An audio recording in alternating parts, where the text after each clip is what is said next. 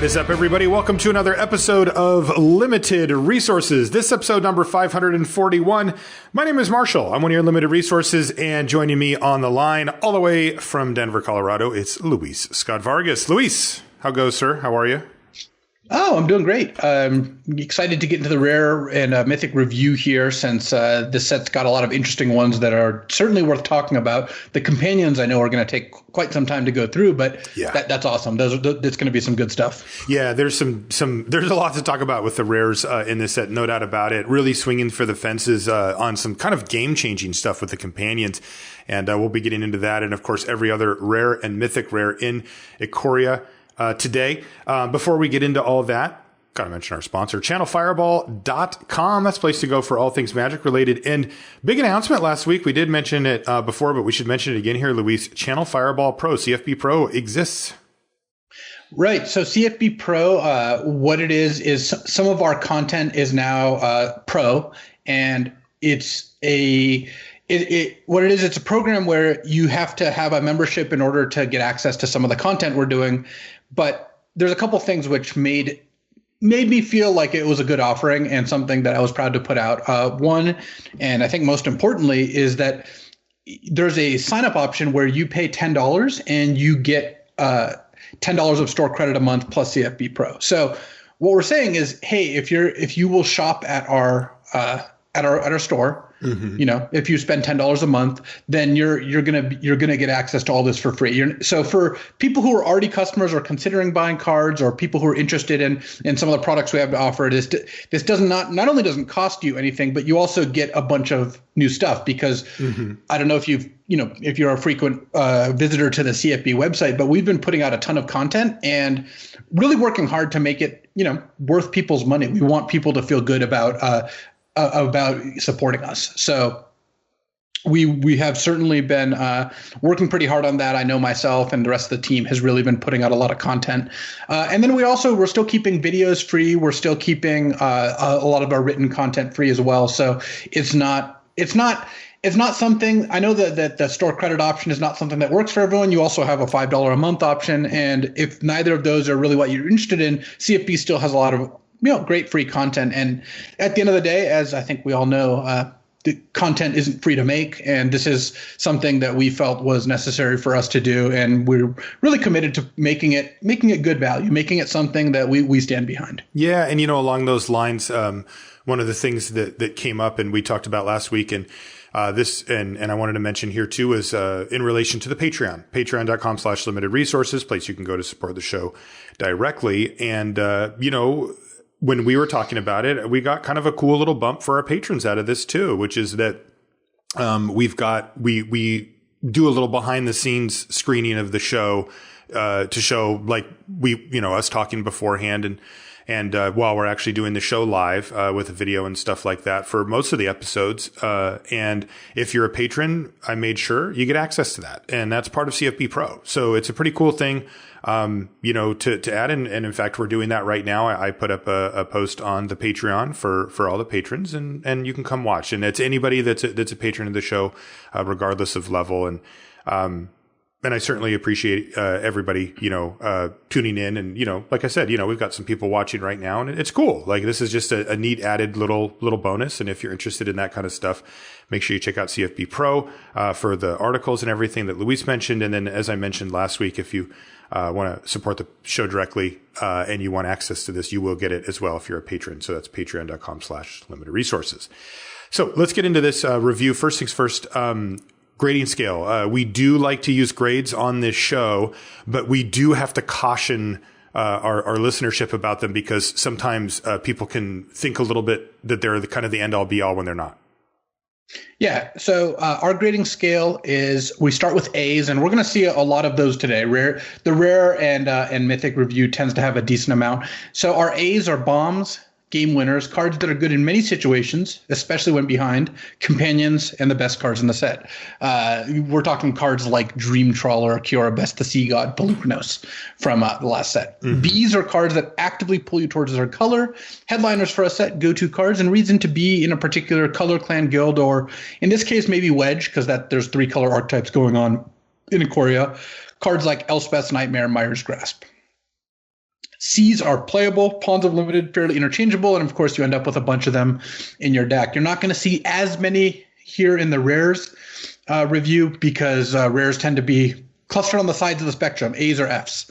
But we will run across a couple C's here. And then D's are cards that they're sometimes playable, but you're kind of unhappy if they ever make it into your deck. Cards like Nyxborn Courser. They're just really mediocre cards, but they are playable. And then F's are virtually unplayable cards, really narrow, really expensive cards. And you're actually going to see a decent amount of those here in the rare review because, again, rares tend to kind of be a feast or famine.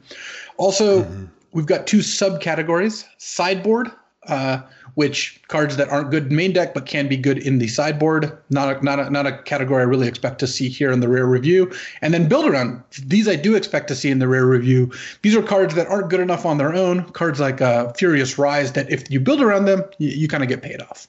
Right. And like you said, that those types, the build arounds do pop up a bit, and the sideboard cards are fairly infrequent that you'll see them in the show like this. Let's just jump right in. We're going to be starting with white. There's a ton of gold and hybrid cards in the set, though, so the number of like just individually colored cards actually isn't super high. But let's just get right in. So our first card is Cub Warden, and Cub Warden is 3 and a white for a rare creature cat. It's a 3/5 with lifelink, and whenever this creature mutates, so that I'll tell you the mutate cost in a second, create 2 1/1 white cat creature tokens with lifelink, and the mutate is similar to its mana cost. It's actually 2 white rather than 3 and a white. So I guess this is a good enough a time as any to really kick off a mutate discussion, because mutate's an interesting mechanic and one that it takes a little bit of explanation in terms of like what you want to be doing with it and what are the costs associated. One is that Cub Warden as a white creature with mutate, there aren't a ton of those. That's actually a bit of a cost because a lot of white's creatures are humans. Oh yeah, and you're not able to mutate onto humans, so Cub Warden is going to be hard, and the mutate cost isn't splashable. Look, the card is obviously fine on its own, right? 3 and a white for a 3/5 lifelink would be a card I'd be interested in playing in a lot of decks, just regardless. Based on rate, yeah, based on rate. 4 mana, 3/5 lifelink, great. But you can't splash the more powerful part of the card, which is mutating this onto like a Farfinder or a Brushwag or whatever dork you want to mutate it onto. And that's the part that I think you're going to be a little more interested in. So mutate requires a decent amount of crappy creatures or creatures you don't mind mutating that like give you bonuses, even stuff like Mysterious Egg. And the good mutate paths are worth it. There is a good mutate deck. The biggest drawback to mutate, well, I guess there's two. The first is that mutating onto a creature kind of sacrifices that creature, right? Imagine you have a random 2/2 no text. You could mutate it with the Cub Warden and you have a 3/5 lifelink and 2 1/1 lifelinkers, or you could cast Cub Warden and you'd have a 2/2 and a 3/5. Yeah. But in either scenario, you're making a choice as to what you want. And if you choose to mutate, like you lose that 2/2. It is effectively gone. It's not adding anything to the pile. And when they kill the Cub Warden, it's gone. Bounce works a little differently. If they bounce it, you'll get both creatures back. So it's less punishing than like an aura. But if you think of mutate as sacrifice a creature in order to do this thing, that's going to be a more accurate, because you also don't really want to be mutating onto like big creatures, that often. Right. So most of the time you're mutating onto like the kind of stuff, the cannon fodder that you would normally be sacrificing in a sacrifice deck. Right. And then the other is there's a pretty big tempo hit when you mutate because it's one creature. You end up going like turn 4 mutate my flyer, draw a card, right? The 3/4 flyer, Dreamtail Heron. Turn 5 mutate another thing, trigger them both. I'm really doing it. And then they're like blood curdle your big stack of creatures. At the end of it, like, yeah, you may have gotten like 2 cards and some little bonuses, but you probably spent 11 mana and then and that's all in the graveyard now. Yeah. And that really does focus your attention on what are those bonuses that you got. Yeah. Right. So, like it puts the crux on like, did you get a couple of 1/1s or did you draw 3 cards? Right. And one thing I do like about Cub Warden is that getting 2 1/1 tokens means that you're not going to be that far behind on board. Because let's say they kill the Cub Warden right after you mutate. Well, you still have 2 1/1s, and 1/1 lifelinkers are really good at chump blocking. So I think that Cub Warden does get around that drawback quite a bit.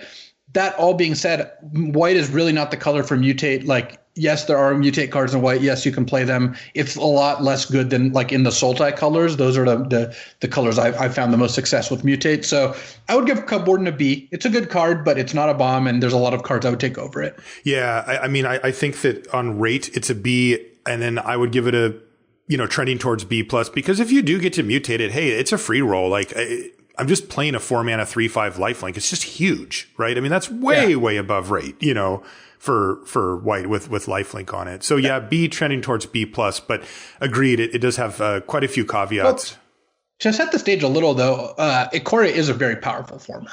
So good point. True. I think I'd give a 3/5 lifelink with some abilities like this has a B plus in a lot of formats, and Ikoria I think it is closer to a B just because people are doing some pretty messed up stuff out there. Okay, sure. Next card is Draneth Magistrate. This is 1 and a white for a human wizard. At rare, it is a 1/3, and it says your opponents can't cast spells from anywhere other than their hands. Well, we said there was going to be no sideboard cards, but that's not entirely true. Draneth Magistrate is not a card I would main deck because a 2-mana 1/3 human is not that good. Yeah. But what it does do in this set is stop companions. Your opponent cannot cast a companion unless, it's just in their hand like normal, but it shuts off the people who start the game with a Giganta the Wellspring. As long as you have Draneth Magistrate in play, they can't cast it. Granted, that's not really a permanent answer, and they eventually can just kill this and then cast it. But I think in general, I would side this in against someone who has a companion. Yeah, just to make their life a little more difficult. Yeah, sure. Yeah. But this seems like a sideboard C to me or something. Draneth Magistrate, not really killing it. Next is Lavabrink Venturer. This is 2 and a white for a 3/3 human soldier rare. As it enters the battlefield, choose odd or even, and it does stipulate that 0 is even. Lavabrink Venturer has protection from each converted mana cost of the chosen value. I really, really liked Lavabrink Venturer. That's annoying. What you name is gonna depend game to game, but in general, even is better. Against an opponent where you don't know what they've got going on or the battlefield's empty, you should just name even. It just hits a lot of the removal spells like that, Blood Curdle that would or Fire Prophecy that would normally hit it, pacifism, that sort of thing. So obviously, like if you're playing against someone who's playing Obosh the Prey Piercer, the odd companion, I would name odd at that point. But you got the ultimate answer. I love it.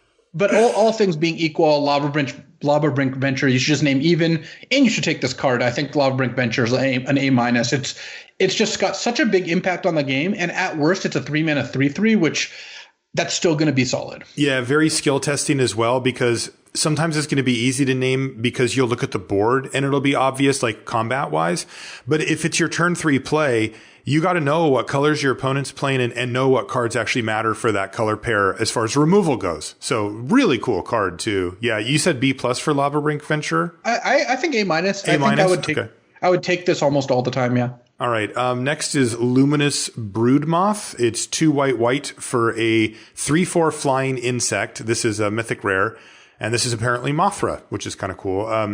I've never really been like super into Godzilla stuff, but this is cool. Like I dig it. She's got flying, so 4-mana 3/4 flyer, good. Mythic rare though, like come on, give me that 4th power or whatever. Let's see what it does though. Whenever a creature you control without flying dies, return it to the battlefield under its owner's control with a flying counter on it. Yeah, so that's obscene. When they kill your creatures, they upgrade them. They come back and they're better. Come on. And if you avoid a sack creatures that you can just give your team flying. This card's obviously just absurd. That's obscene. Luminous Broodmoth is an easy A, and yeah, we just basically shouldn't pass it. This card is just look. Sometimes you're going to play against an opponent who can just kill this on the spot with a Blood Curdle or Heartless Act or whatever, and then it's gone, and then that's the end of the story. But most of the time, you're going to end up in a spot where they play this, and if you can't kill it, you just can't kill any of their creatures, and combat doesn't even work out well for you. You can't even attack sometimes because they'll chump with a 2/2 and then attack you back with a flyer. Come on. So, yeah, Luminous Broodmoth is an A. You got to love it when you read a card and it just keeps getting better and better and better. Last white only card, and this one actually probably doesn't fit that description, is Mythos of Snapdax. So this is 2 white for a sorcery. It's rare. It says each player chooses an artifact, a creature, an enchantment, and a planeswalker from among the non-land permanents they control, then sacrifices the rest. If black, and red was spent to cast this spell. So if it was specifically white, white, black, red that you've spent to cast it, you choose the permanents for each player instead. Ooh, that's mean if you can actually get it going. I have found Mythos of Snapdax to be quite strong. First of all, you cannot play this card outside of Mardu. If you can't pay the kicker, I would never play this card. Okay. It's not good enough when they're choosing, because they'll just choose their best creature and their best enchantment and so on and so forth. But when you're choosing, the card can actually be pretty good, because what you end up doing is put them down to the 1/1 token, and I've even seen this where you have a pacifism or like they pacified one of your creatures and they have a different enchantment in play. I had this happen once. You choose for them to keep the pacifism, sack the other enchantment, and then you don't choose to keep the creature on your side. Yeah. So you kind of get it for free. You get it anyway. Yeah. It's not going to be good in all matchups, because some matchups, if they're like not playing a ton of stuff, then this could be a little less effective. Or if all their things are of relatively equal value, it's not as effective, especially if they're not going wide. But it can be a really punishing card, and it can win you games that no other card could win you, because this can have such a huge dramatic effect. So, and plus, it's coming, so you can slow roll your creatures too, where even though you get to choose, you just only have 2 creatures in play. You sack 1, maybe you sack 3, and then you play 2 more creatures on the next turn. Right. So if you can pay the costs, I would give Mythos of Snapdax a B. And some games it'll be the best card in your deck. Okay. Yeah. So very conditional here for Mythos of Snapdax. Keep that in mind when you're playing it. Blue is next. And I just have to mention that Seb McKinnon, the artist that did this cycle of Mythoses and a few other cards, Seb has been one of the better artists, but my God, like these pieces just stand out, like they're so like, I really feel like Seb is like next level now somehow. Anyway, whatever. Mythos of Illuna is 2 blue for a sorcery at rare. Create a token that's a copy of target permanent. Right? That's already actually something I'm quite interested in. That's powerful. But it says if green and red was spent to cast this spell, instead create a token that's a copy of that permanent, except the token has, when this permanent enters the battlefield, if it's a creature, it fights up to 1 target creature you don't control. Okay. Mythos of Luna is interesting, where this one shifts the bounce back over to just being okay casting it, right? Right. I would always play this in a blue deck, because it's any permanent, and even if you don't have something good, it can copy theirs, which not all of these do. So you get to steal copies, and you copying like a big mutated creature is great, because you effectively get a token that's the whole stack. That's interesting. Okay. And you can copy weird stuff like planeswalkers, artifacts, enchantments if it's relevant. Yeah. Yeah, you can copy all of those things. If you really need to, you can copy a land. Yeah. And if you do have red-green, it becomes quite powerful, because then you're like copy a 5/5, kill your 4/4, your 3/3, what have you. So it's the kind of card where I would take it. I tend to take it fairly early. I would play it if I was blue no matter what. And I would look for opportunities, even if I wasn't straight up teamer, to kind of like sneak a source or 2 in there, like play your blue white or your Jeskai, and maybe you play a white green tap land just to have outs to use the Mythos, because the kicker there is pretty strong. So I think Mythos of Luna gets a B+, and if you can reliably add all 3 colors, it's like an A-. Yeah, I think so too. I mean, the way I would view this is it goes from good to great. Like it goes from a really like a desirable one card play to a powerful 2-for-1 opportunity if you can pay for the extra thing for Mythos of Illuna. We'll go B+ on it. Next is Sea Dasher Octopus. This is 1 blue for a creature octopus at rare. It has mutate for just 1 in a blue. So very cheap mutate cost here. It also has flash. It's a 2/2. And whenever this creature deals combat damage to a player, draw a card. That's a cool rare. Yeah, I like the octopus. It's good. It's not as much better than like an otter, a thieving otter than you might expect. Like it is better, certainly. Don't get me wrong, but it doesn't. This isn't a bomb, because what'll happen is, yes, it has flash and mutate, and some of the time you'll be able to like flash this in, get a card, and then they'll deal with it. And you'll end up kind of even on cards, and this was fairly cheap, so it's not a big deal. And sometimes you'll be able to snag this onto a flyer and then just run away with the game. But I have found this card. There's just a lot of quality removal in the set. There's a lot of really good common removal, and this card is not great against removal. It's just fine. The prospect of actually going off with it isn't high, even if you're pretty likely to get your card back. Yeah. So I think that it's. I would give Sea Dasher Octopus a B. It does get quite a bit better once you care about mutate, because one thing that's cool about it is that it's a cheap way to mutate things. So what you should do, or what you can do, is get cards that trigger on when something mutates, and this is a really cheap way to take advantage of that. I see. Yeah. I like cards like this too, just for not every rare has to be this crazy splashy 3-color, all this stuff going on. I like cards like this too. I mean, to be honest, this card feels a little more like an uncommon than a rare, but you know, whatever. But I just like it. All right. So B for Sea Dasher Octopus, cool card. Actually, one thing I wanted to mention about it too, a little bit interesting that it has flash, because it turns your brain into saying, okay, I can cast this on my opponent's turn, which is normally when you flash in flash creatures. And this is actually still casted on your turn, but it just gives you a little more flexibility, through combat to try to make sure that your creature's getting through and you get that card back. All right. Next is Shark Typhoon, which is Sharknado. A Sharknado, right? So this is 5 and a blue for an enchantment. It's rare. Whenever you cast a non-creature spell, I always note this because this is not instant or sorcery. This is a wider net than that. You get an XX blue shark creature token with flying, where X is that spell's converted mana cost. So, assuming that there's no downside after that, wow, right? Like, you're just spitting out like various size flyers. Like, if you land Shark Typhoon and get to untap, and you can play like a 4-mana removal spell, you just also get a 4/4 flyer. Like, that's this reminds me of Metallic Summonings, or whatever that card was called from a couple sets ago, where it was a 5-mana enchantment that had a very similar thing, but the tokens fly in this case. Yes, they fly. Which means that like a 2/2 token is a lot more relevant when it is flying. Right. And then on top of that, it has cycling. Now you can cycle it for 1 and a blue and X. So you pay 1 and a blue and then any amount of generic mana and cycle. So you're still going to draw your card like normal. But when you cycle it, you get an XX, you get one of these tokens, an XX version of one of these tokens. This card is amazing. Yeah. Shark Typhoon.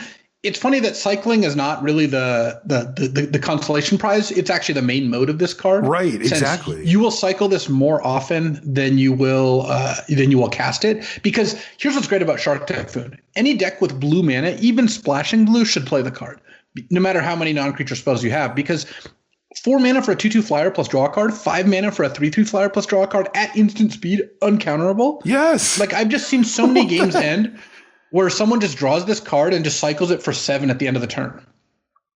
Right. It's an absurd card. And then if you are in a position to cast it and you ever untap with it, you almost always win, because you're just like, Capture Sphere, tap your thing, make a 4/4 flyer, Pacifism, make a 2/2 flyer, do anything, make a XX flyer, and you just go off. It's non-creature, so artifacts, enchantments, all that stuff works. Shark Typhoon is, I believe, an A+. I think so too. There's no fail case. It's very splashable. Both its mode can take over the game in various ways depending on what's going on. And there's just no opportunity cost at all. At very worst, you can cycle it for 2 mana if you really have to. Yeah, and just get your card back. Incredible. Yeah. It's funny because I see a card like that and I think it's a little bit of a gimmick, right? Because it's like, oh, Sharknado, I get it. It's just awesome. I don't care what you call it. It's just amazing. It's funny that, a card that looks like it's a joke is very much not a joke. Not a joke when you play against the answer is no. A+ for Shark Typhoon. Next is Voracious Great Shark. This is actually Jaws, which is pretty cool. 3 blue for a 5/4 shark with flash. It's rare. Flash is great, right? Like it jumps out of nowhere. When Voracious Great Shark enters the battlefield, counter target artifact or creature spell. So Voracious Great Shark is going to eat something. It's going to get its guy at some point, right? It's either going to flash in, block a 3/3, or you just flash it into counter an artifact or creature. And either way, it's great. And I guess the fail case, if there is one, is casting this at the end of their turn and attacking them for 5. Right, which is like pretty sweet. And then let's also just not forget a very reasonable baseline of they attack you with your 3/3 and you go Great Shark block. Like that's a 2-for-1 right there. Like you don't have to counter a thing to get a 2-for-1 out of it. You can also just put it into combat. Yeah. Card seems awesome. Like there's just nothing not to like here, right? Like.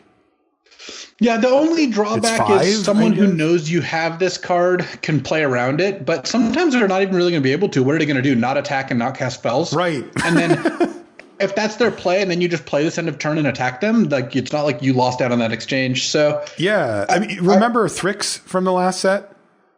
Yeah. You know, this has Thrix-like tendencies where it can come in and change combat or change, blocks and stuff, but it has this ability to just straight up be a Mystic Snake, right? Just counter your creature, counter your artifact, done. It's just awesome. This card's fantastic. Like 2-for-1 that has great utility already. I'm leaning towards giving Voracious Great Shark. I'd probably just give it an A. I would give it an A. I just give it an A. I think that it's really going to carry a lot of weight. Yeah. Did you see the flavor text, by the way? Yeah. It reminds me of the original quote, "We're going to need a bigger boat." It's like, we're going to need a better quote because people just keep saying this over again. Oh, come on. That's a good one. There is no boat big enough. It preempted that we're going to need a bigger boat. Oh. You ever heard the term "jump the shark"? Well, anyways, let's move on to our next card here. We've got Dirgebat. Dirgebat. So that was our last blue card. We've got Dirgebat. It's 2 black for a 3/3 flying bat at rare. It also has flash, and it has mutate for 4 black. When it mutates, destroy target creature or planeswalker an opponent controls. Yeah, so you can see why the mutate cost is so much higher, right? It costs a full 6 mana, 2 mana more than its casting costs. And we've seen mutate costs be cheaper, the same, or even the same CMC, but with different requirements. And then in some cases, significantly more expensive, like here. And you can see why. I mean, having a built-in 2-for-1 at instant speed that's also a serviceable body, with a relevant ability for a mutate stack is like, it's kind of giving everything to you here. Yeah, Flash carries a lot of weight because this is an expensive mutate trigger that you really want to mutate multiple times. Like this is the one that you really want to get that second mutate on here because it's such a big payoff every time you mutate. Right. Where what you're able to do, I think, with Dirgebat is set it up such that at the end of their turn you mutate, then you untap and mutate again.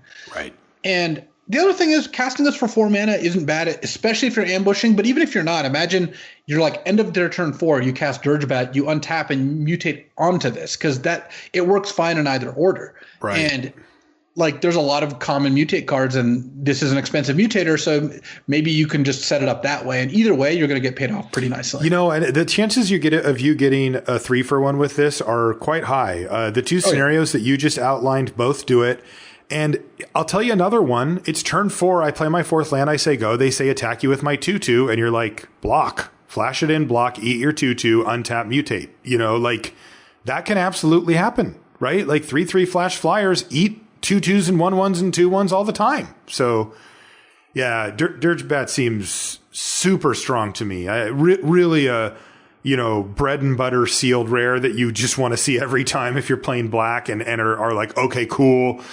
Check that box. Sure. It's not, maybe it's not some flashy, crazy mythic or whatever, but that just seems like one of the more powerful cards in the set for limited. You just want that super bad. I mean, I'm going to give it an A, but it is trending towards A+. Like I just can imagine anybody who's in a reasonable board state being able to suss out a way to get a 3-for-1 out of it. And that's just not something that you see. So. Yeah, I think A is right because the card is maybe a little slow, but I don't think it's too far off from an A+, just given the upside and the low opportunity cost on this. Yeah, exactly. There's a lot of those, by the way. The Shark, the Shark Typhoon. Anyway, next is Extinction Event. 3 and a black sorcery rare. Choose odd or even. 0 is even. Exile each creature with converted mana cost of the chosen value. Whew. This card's really, really good. Is it? I haven't played it. I don't really like. How does it play out? I've had it twice so far, and from what I've seen, the floor really technically is where they have a good odd card and you have like one or two odd creatures and it's like, wow, this is going to be pretty bad. But the ceiling, first of all, is the best I've done is killed 4 of their creatures, none of mine. That was obviously just game over. It's also pretty easy to maneuver this where this is at least a 1-for-1 and sometimes a 2-for-1 without doing too much work. And, if you know that they have like a good 5-cost creature, you can trade or chump, even trading down your 3-cost creature for like one of their even creatures and then name odd. It's just not hard to get a lot of value out of this. And also there's some decks that are just really vulnerable to it.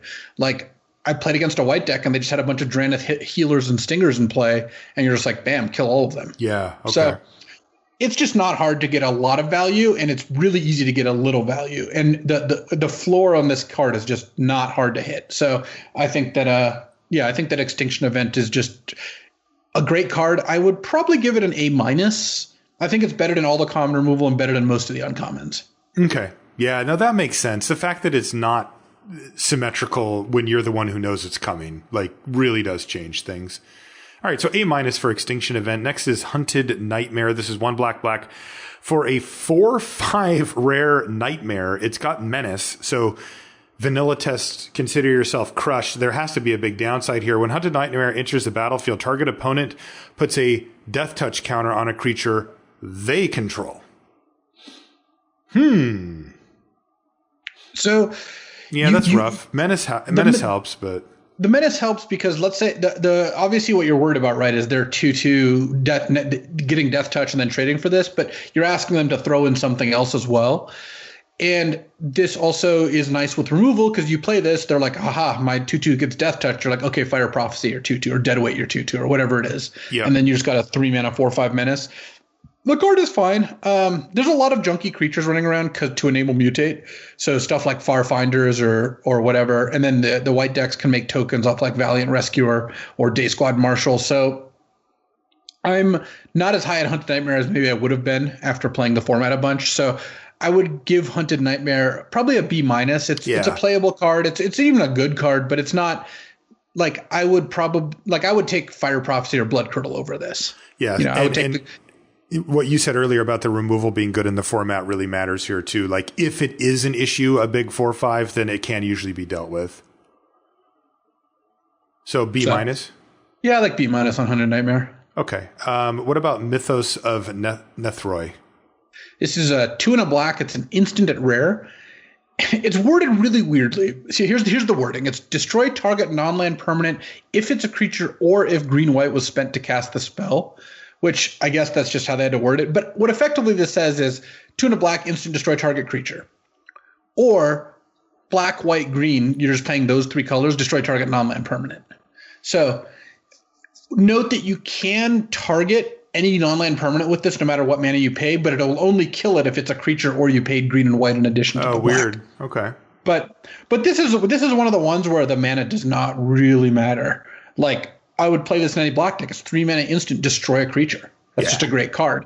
And sure, in Obzon decks, you can use this to kill like an enchantment or an artifact or something, but that doesn't really matter. So yeah, I would almost round that to 0. I would be B+ for Mythos of Nethroi. Like 3 mana destroy a creature, instant speed is, about as good as it gets. Might give it an A-. Sure. Just it's just so cheap. It's also notably 1 cheaper than the common removal spell, which means that sometimes you'll leave 3 up and then they'll go for whatever it is they were planning on going for. And you can just snipe them with this. Yeah. I wonder if this is even that much better. I mean, the other one, you do get a menace counter, which does mess with stuff. 3 is better. 3 is better than 4. I mean, it's just the menace counter is not part's worth better for sure, mana. but yeah, I guess not. I guess my point is that it's closer. Are easier to cast. Thank you, and they require less mana. Yes, so. This is closer. I mean, this is not that far off from a common in that way. Just because it's so just not often that you're going to actually cast the thing, but it is much better. You're right. I would say B+ for Mythos of Nethroi. Maybe it's an A-. I don't know. I like A- on Mythos of Nethroi, but where do you have Blood Curdle at? Probably a B+. Okay. It's close to an A- as well, but I like this one just a little bit better. Okay. Yeah, it's definitely better because it's cheaper, as discussed. What does Everquill Phoenix do? Does a lot. It's 2 red. It's a 4/4 flying phoenix at rare. So already passes that test. That's already good.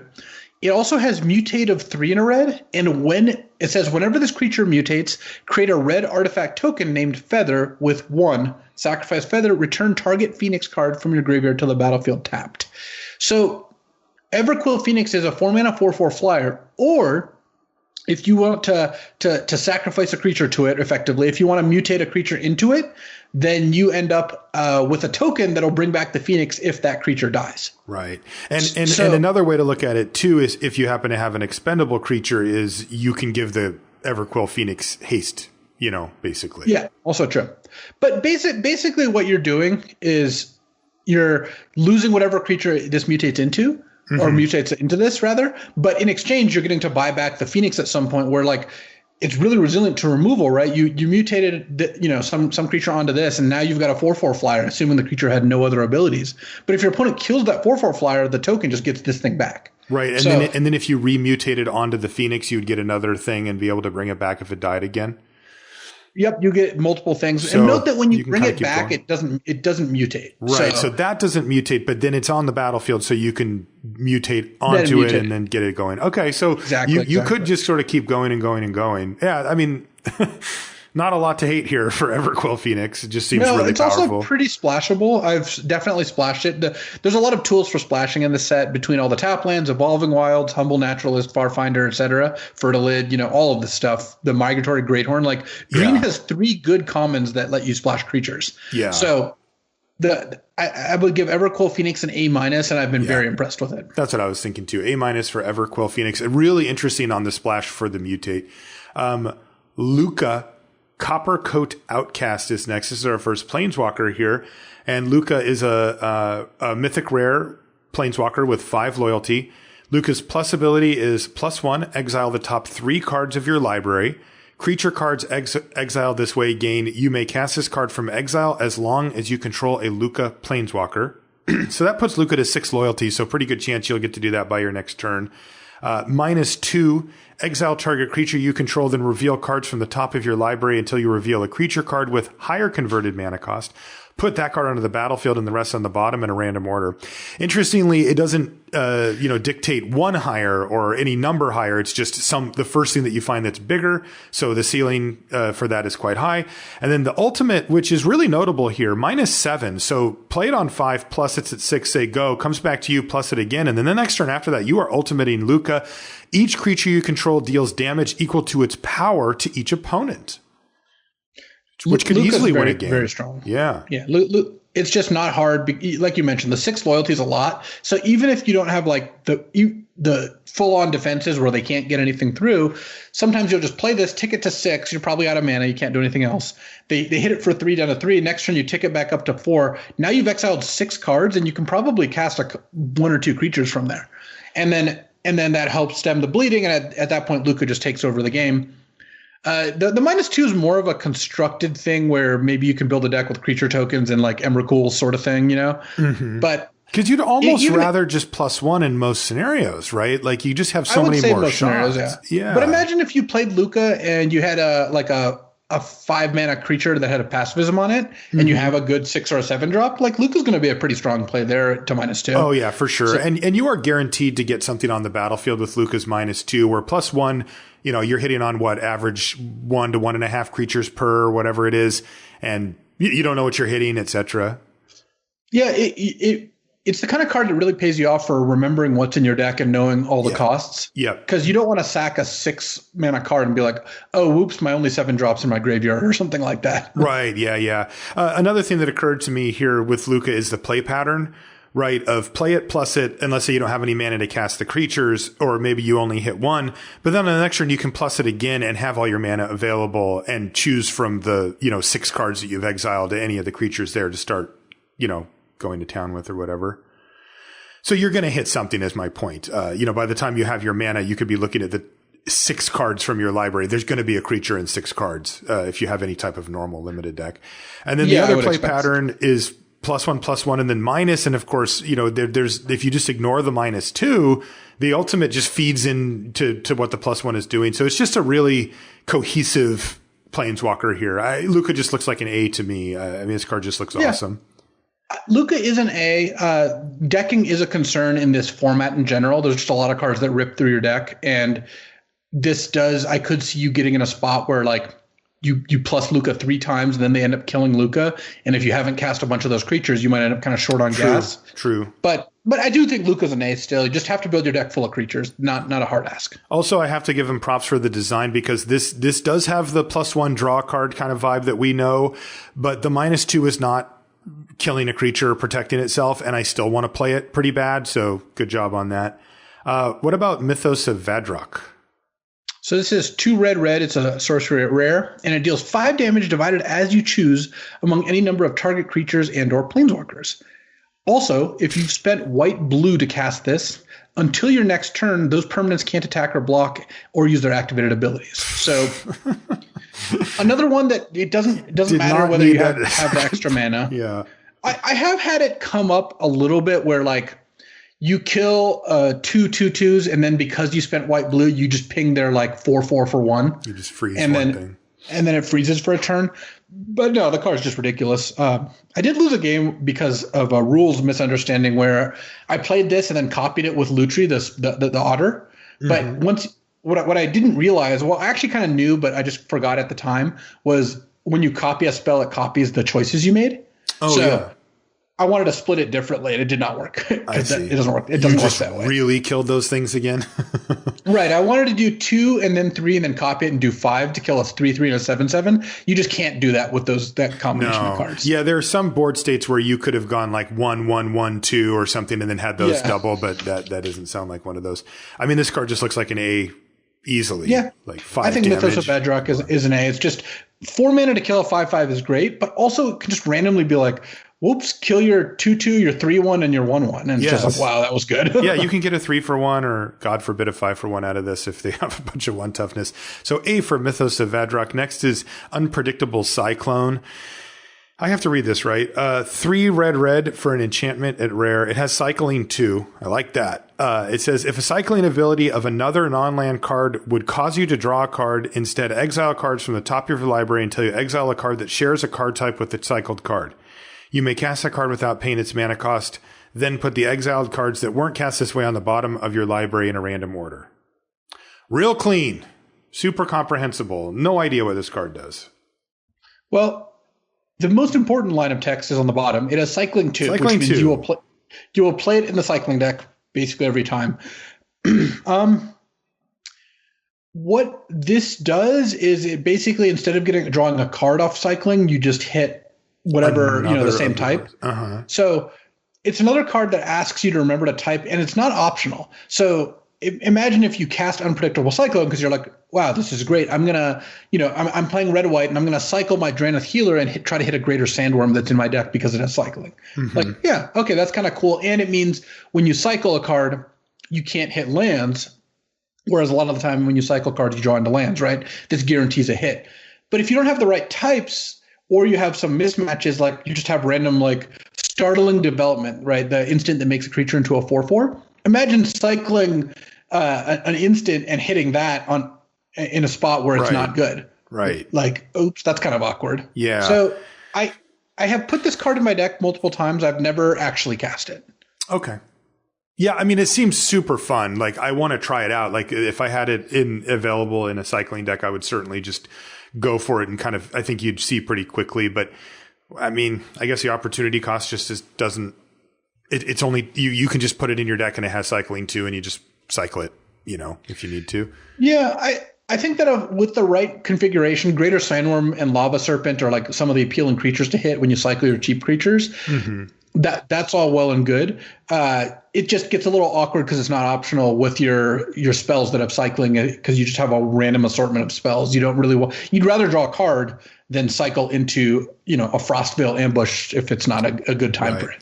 Yeah, I mean, the card has a lot of power built into it. It's just the as the name says, unpredictable nature of it makes me like question it. I just feels like there's some whiffs in there, but I mean, you're cycling, and instead of drawing a random card, you get to cast for free, a spell, right? Like almost at face value, you're just like, well, that's good enough. I don't really, I'm not putting stuff in my deck that I just never want to cast. So yeah, I have no idea what to give it. We are assuming you're in the cycling deck. I mean, look, this is effectively a C, where you're going to play it if you want a cycling card, which a lot of decks do. Mm-hmm. And it's a build around like D or something, where yeah, I just don't really think it's weird. It's just too weird. But the baseline for a cycling card is a C, so we'll just give Unpredictable Cycler a C and move on. And maybe somebody will show us something sweet. Last red card is Yadaro, Wandering Monster. This is 5 red for an 8/8 legendary creature, dinosaur turtle. It's got trample and haste and cycling for 1 in a red. So straight away, cool, right? 7 mana, 8/8 trample haste is a powerful effect, and cycling on it for relatively cheap at 1 in a red is like cool. And then it has a neat thing. Whenever you cycle it, you shuffle it into your library rather than put it into your graveyard. And if you've cycled it 4 or more times this game, instead of doing that, you put it onto the battlefield. Yeah, so this card's sweet. First of all, 7 mana, 8/8 trample haste is a pretty good lineup of stats, cost, etc. It really is. Like, that's a huge, like, when you cast that, you're like, oh, like, people didn't know it was coming, and it's it's just too big to block and all that. Yeah. So it's a lot like when you cast your Lava Serpents because you're flooding out and you don't want to cycle them anymore, they perform. 5/5 haste is a real thing. But 8/8 trample haste, like, that's just a whole ball game right there. You're just going to kill your opponent a decent amount of the time. And then the cycling 4 times part is cool for a few reasons. One is it gets around counter spells, which there are some good counters, Essence Scatter and Neutralize in the format. And 2, if you've got a deck that has a lot of cycling and card draw, you'll see this enough times that you'll be able to kind of hit that mark. Yeah. I have played with this card, and cycling it through 4 times is tough with just the 1 copy. But whatever. Like you said, it does an impression of the 6 mana 5/5 haste that's better anyway, and it's just like there's essentially no downside anyway. So I really like Yadaro. I just think it's like a really good card, and there's almost no downside to putting it in your deck if you're playing red. If you happen to mize into it, or the game goes long, or you just draw it when you have 7 mana, great.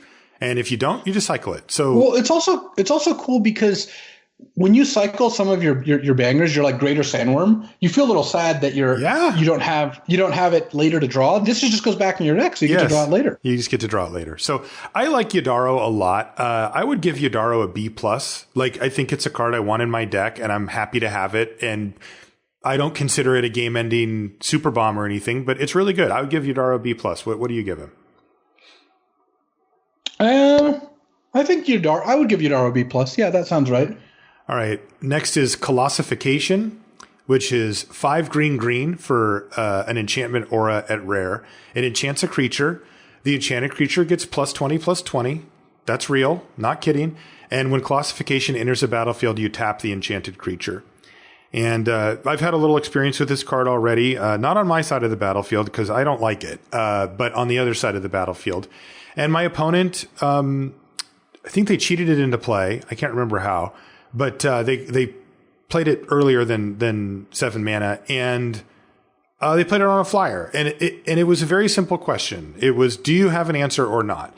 And if I didn't have an answer, I would die literally the next turn to that swing.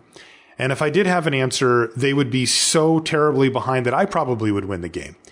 And that kind of sums up the card to me. It is an extremely high variance card where if you invest 7 mana and put this thing onto even one of your junky creatures, you get the full turn cycle your opponent has with access to all of their sorcery speed, enchantments, sorceries, everything to kill it or deal with it, to bounce it, set it back, do anything, frost links it, I don't care what. And if you don't, it often wins you the game if the creature has any type of evasion, trample, even anything like that. I don't like it. I think you can just do a lot better as like a standalone threat. The argument for it would be that you only play it on your junky creatures. But the problem with that is that they can still be interacted with by cheap removal, where normally, like, look at Yadaro. If they just cast Yadaro, bouncing it doesn't, like, it's going to come back next turn. If they have a dead weight or something, or a cheap burn spell or something like that, Yadaro doesn't care. Colossification cares about all of these things and guarantees the window to do it, and your creature can't block. Like sometimes you cast Yodaro and you're way behind and you're like, go, but you have this huge blocker. And I'm using Yodaro as a standing because it's next to it on the page. But, classification, like if you're behind and you cast it and it's like tap my creature, they're like kill you. Like, yeah, I think it's terrible. I think I view it a little bit like Hydra's Growth, which I also thought was pretty bad, where there are matchups where this card can be good. When you play against like red-green and they have all damage-based stuff, especially at sorcery speed, and you're like, all right, I'll put this on my Brushwag. Now I've got a 21/21 Trampler. You have a turn to deal with it. Oh, you can't, you're dead. And it will perform. It also has the combo with Glimmerbell, the 1/3 flyer, where you can pay 2 mana to untap it. But we're talking 9 mana there. So that's not trivial either. I would say in general, classification is terrible. It is a D or maybe even an F, but I would say it's a sideboard C, where matchups where they don't have an easy way of dealing with it, it is a very powerful card, and it does allow you to go over the top. Okay. I like sideboard then. Let's give it that grade because, I don't feel like giving it a straight up grade. I would give it an F. I just would say that like this type of card that if you didn't put it in your deck ever, you're probably better off. But I like giving it a sideboard C or something because you always should be looking to corner cases for where cards are good. Now, the set review is generally about baselines, but, we want to tell you as much as we know. So sideboard C for classification, but I would not be main decking that card anytime soon. Gem Razor is next. It's 3 and a green for a 4/4 beast at rare. It's got mutate for 1 green, so cheaper but a little more green intense. It has reach and trample. And whenever it mutates, destroy target artifact or enchantment an opponent controls. Yeah, that's great. I mean, geez. Yeah. And this one really highlights the shared abilities among mutate piles, right? Like this one adds 2 relevant abilities, a defensive and an offensive one. Good card. Yeah, Gem Razor is fine. It's also just fine if you cast it. And if they have artifacts or enchantments, that this snipes them kind of for free while being a pretty strong upgrade. Like this is one of the ones where I really want to play like turn 2 Essence Symbiote and then turn 3 Gem Razor hit you with my 5/5 and just pressure them. Yeah. So I would give Gem Razor a B+. I think it's just a good card. Same. I agree. B+, and it's just great on rate, right? It just gives you a bunch of stuff that's great. Yeah, for sure. I'll read the next one. Yeah, I knew you would. We've got Kogla, the Titan Ape. Is that close enough? Close. Yeah. Not shrill enough. Anyways, it's a 3 green for a legendary creature, Ape. It's a 7/6. When it enters the battlefield, it fights up to 1 target creature you don't control. When it attacks, destroy target artifact or enchantment defending player controls. And you can pay 1 and a green and return a human you control to your owner's hand to give it indestructible. So basically, it's a 6 mana 7/6 fight. And that already is just very good because you're paying 6 mana for probably the biggest creature on the board, killing either their biggest or second biggest creature or a small utility creature if that's, if you really need to get rid of like a snare tactician or something like that. And it attacks and kills, a pacifism or a capture sphere or a crystal or what have you. And then even though I haven't really seen this come up, you can also use it to either protect itself or humans if you have humans in play to kind of do the whole indestructible dance thing. Yeah, there might be a combo of humans that have ETBs that we're interested in or something like that. But I mean, come on, we're talking about the icing on the cake here, right? I mean, it's 6 mana 7/6 and it just crushes something on the other side. Yeah, I feel like it's just an A, right? I mean, A for Ape. Yeah, A for Ape for Kogla. Next is Mythos of Brokos. 2 GG for a sorcery at rare. It says return up to 2 permanent cards from your graveyard to your hand. So it is a 2 for 1, but they have to be permanents and they have to be in your yard. So it's kind of tricky and expensive, but it also has the extra clause. So if you paid green, blue, black as the mana cost, search your library for a card and put that card into your graveyard, then shuffle your library. Then return the 2 permanent cards. So you can basically tutor one of them up. Yeah, and it's got the same drawback a lot of the Raised Deads have. And in fact, I don't even know if it's just worse than all the reanimation spells. Those actually really like. That's actually a side note, just to go to kind of call back to our uncommon and common review. Because of all the big cyclers, I found that the Unbreakable Bond and Back for More, the reanimation spells at Uncommon, are actually really, really good. Like that, it's a legit dream, and I think that those cards have moved up in my pick order a lot since we recorded. But looking at Mythos of Brokos, I'm just not that impressed with it. And yes, when you have Sultai mana, when you can pay all 3, then you get to go get your best creature as well, which is kind of cool, or best permanent, even if you need a Shark Typhoon or something. But I think the card's a little bit clunky, and I would say in general, I would prefer not to play this, so I would give it a C. I would too. Mythos of Brokos just seems too slow. It's super, and it's pretty conditional too. Like you can't get back many removal spells. That's a big downside. Last green card is Vivian Monsters Advocate. And Vivian is 3 GG for a 3 loyalty planeswalker. Now, Luca's got 5. This is 3. A couple of statics here. You may look at the top card of your library at any time, and you may cast creature spells from the top of your library. Okay, that's really powerful, right? Those anytime you can use the cards on top of your library as if they were in your hand, that is proven to be borderline broken every time they've done it. +1, create a 3/3 green beast creature token. Put your choice of a vigilance counter, a reach counter, or a trample counter on it. Great. That's a plus ability, by the way. Oh, yeah. And -2, when you cast your next creature spell this turn, search your library for a creature card with a lesser converted mana cost, put it onto the battlefield, then shuffle your library. So Vivian is really all about getting on the board now. Like this is very powerful stuff here from Vivian. I have had the luck to play with Vivian a couple times. Jeez. I have really yet to use the -2 because almost always it's better just to get basically 3 additional loyalty by +1ing instead of -2ing, and then getting a 3/3. But it is a good ability to have. And one advantage, by the way, is let's say you have 10 mana, you've untapped with Vivian, your top card's a land, and you have a creature in your hand. What you can do is -2, so you get a shuffle when you play your creature to give you more outs to hit creatures on top of your deck, because Vivian can just go off that way. Oh yeah, that's cool. Yeah, and that is the thing that we should mention, by the way, about those effects and why I said what I said, which is the thing that doesn't occur to you when you first see cards like this is that if you cast, like let's say you play Vivian, make a beast or whatever, and say go, and it comes back to you. You've got 6-7 mana available, and you look at the top card of your library and it's a 2-drop and you're like, oh, cool. So I get it. I got to like basically draw an extra card. So you play it. Well, guess what? You get to look at the top card of your library again. And if it's another 2-drop, you can play that one too. And then you can do it again. Right. So those are the things that until you actually play with these type of cards, going back to Future Sight, and, I think of Oracle of Moldiah. These are the type of cards that you're like, oh, okay, I get it, right? Like it's not just one extra card per turn, if you will, or the shot at one extra card. It could be 3, right? And it's like, oh, okay, I'm just tearing through my library now. And remember, you still drew your card for the turn. You still have all the cards access in your hand that you had before. So all of a sudden, you're just generating a huge advantage. So yeah, Vivian Monsters Advocate looks excellent to me and really well suited to limited as well. Creature-centric builds. On-board priority, is a priority for limited. So I love Vivian Monsters Advocate. I would give her an A.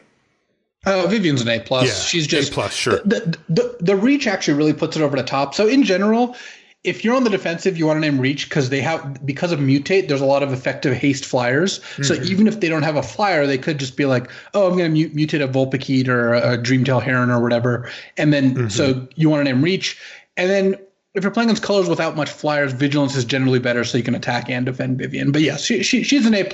Try to bias creature heavy if you can, but she's good no matter what. Yeah, by the way, I do think it's interesting that it ends up being vigilance that's better than trample, where normally you'd think trample might be the one you want. But since you do have a planeswalker, all of a sudden vigilance is much better. Yeah. All right, let's move on to the gold cards, of which there are numerous. The first one is Brokos, Apex of Forever. And there's a few of these like super mutate mythics here. So this one, Brokos, is 2 black, green, blue for a 6/6 trampler. Mutate cost 2 green, green, and then either blue or black you can choose. You may cast Brokos, Apex of Forever from your graveyard using its mutate ability. 5 mana, 6/6 trampler, and you can pay 5 mana in this certain color sequence or whatever to cast it from your graveyard if you're mutating. Yeah, I'm into that. Oh, yeah. And one thing to note, because there's a cycle of 5 of these Apexes, is they're all 3-color cards, but their mutates are all hybrid of those. So 2 of the primary color plus a hybrid of the other 2, which means that when you first pick Brokos, if you're lucky enough to do so, you can end up green-blue or green-black, and you don't even need the third color. Yeah, that's interesting. It's straight up good just in Simic or Golgari. It's better to have the third color because you might as well have options. And this one in particular, you'd rather cast it straight up the first time and then mutate it from then on out. But I mean, this card is just really, really strong. It is unkillable as long as they have enough, creatures to mutate onto, and that's not that hard to pull off. Right, and then whenever you do, it just becomes this huge, 6/6. It's just like, slamming. So yeah, Brokos looks awesome to me. Just really demands an exile basically, or else you're going to have a problem for the rest of the game. Yeah, I would give Brokos an A-. It's just a big, strong, recurring creature. Yeah, this is just a raw power level A-. Next is Cheville, Bane of Monsters. This is black-green for a 1/3 Death Touch legendary creature human rogue at Mythic Rare. So 1/3 Death Touch for GB. Okay, sure. I'd play that card. It's not bad. At the beginning of your upkeep, if your opponents control no permanents with bounty counters on them, put a bounty counter on target creature or planeswalker an opponent controls.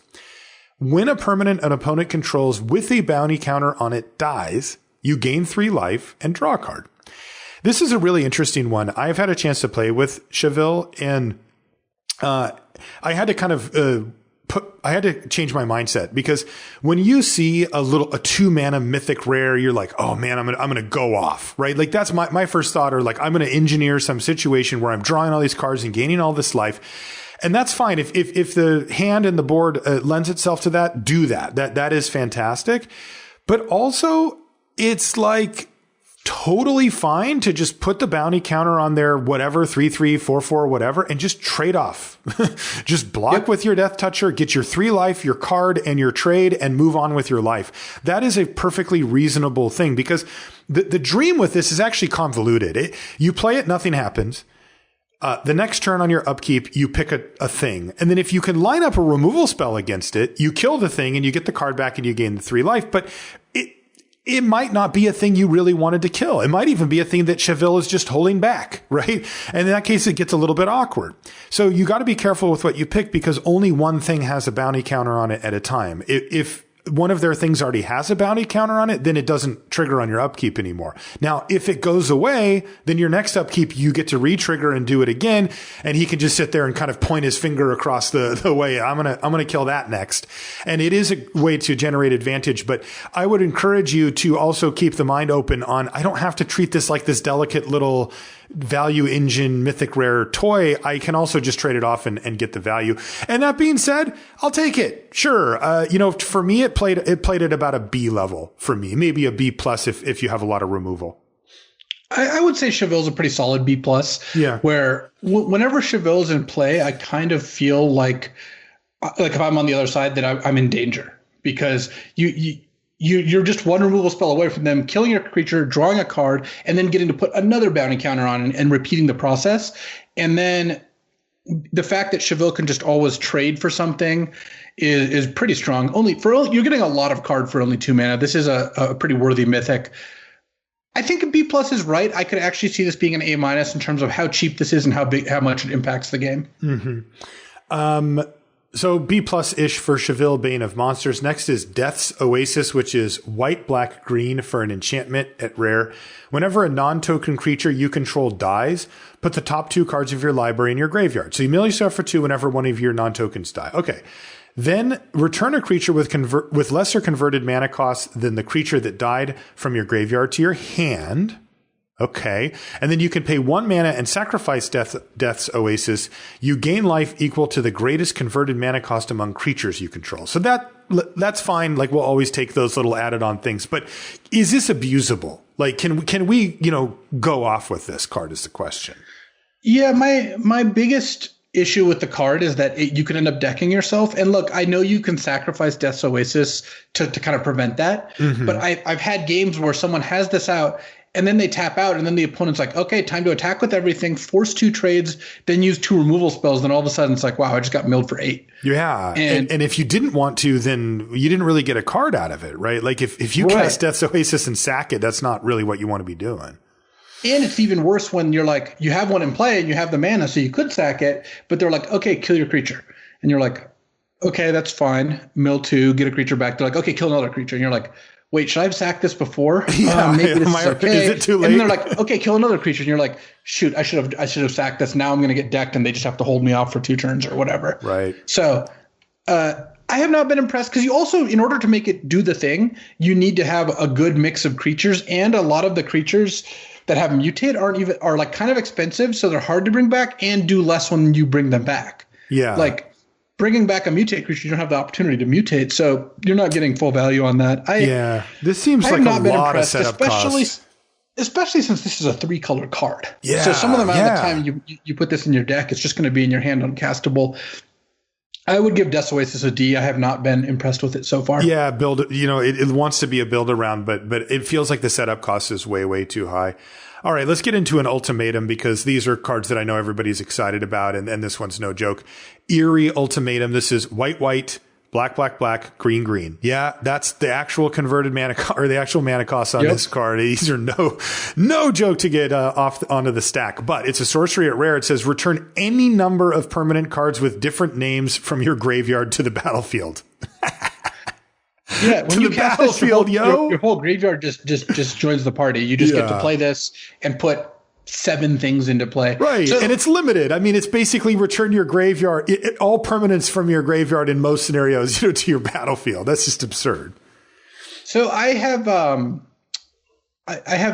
now gotten to play with and against pretty much all the ultimatums in various spots, and the mana fixing in this set is awesome. Like, it's actually real, where you can realistically put ultimatums in your deck and cast them. And granted, some of them are not that good. Like there's definitely a ranking to them, but the actual casting of them is doable, more so than in Shards. In Shards block, you could play ultimatums, but it was a little rough. Here, I think ultimatums are actually not hard to get. And actually, Siggy posted a deck where he had 2 different ultimatums and was successfully casting both of them. Incredible. So that sort of stuff can actually happen. And this is a pretty strong one.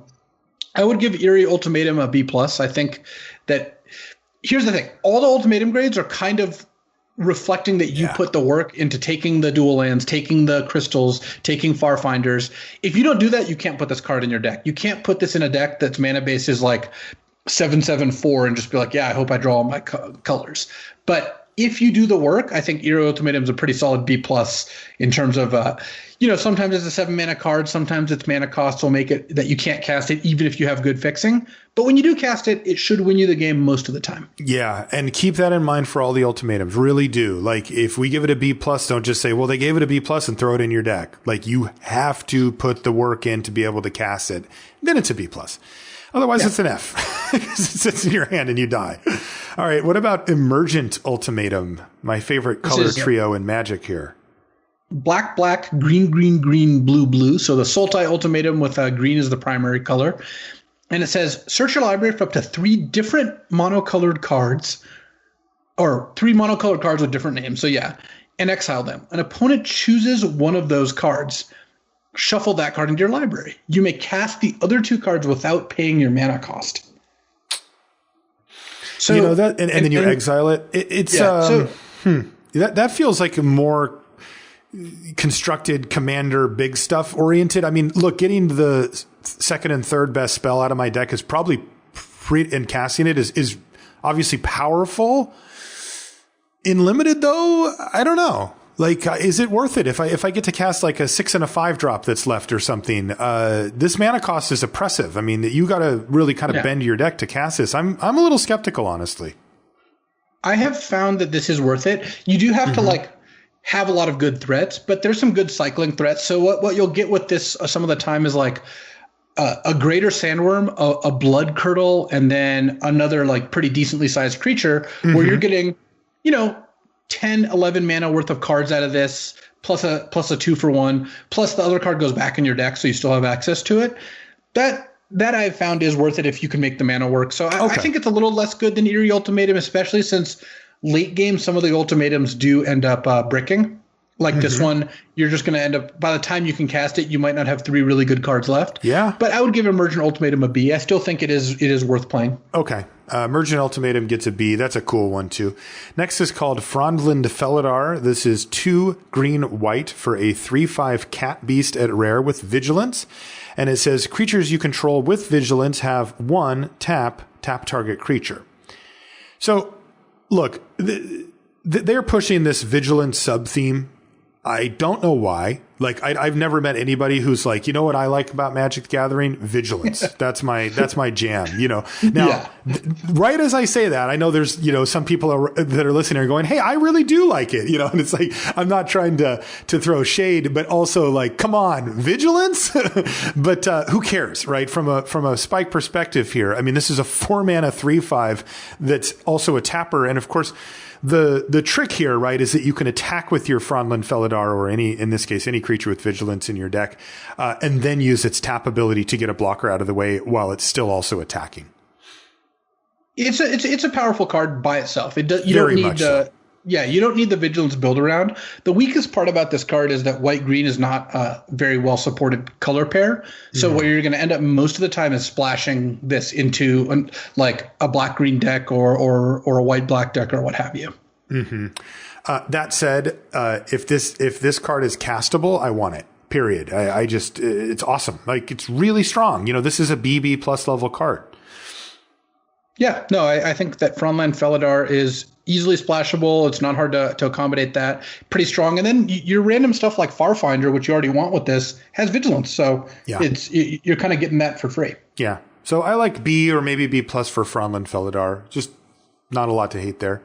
What about General Kudro of Dranith? Grumpy General Kudro. 1 white black for a 3/3 legendary human soldier at Mythic. Other humans you control get +1/+1. Whenever General Kudro or another human enters the battlefield under your control, exile target card from an opponent's graveyard. And 2, sacrifice 2 humans, destroy target creature with power 4 or greater. General Kudro's great.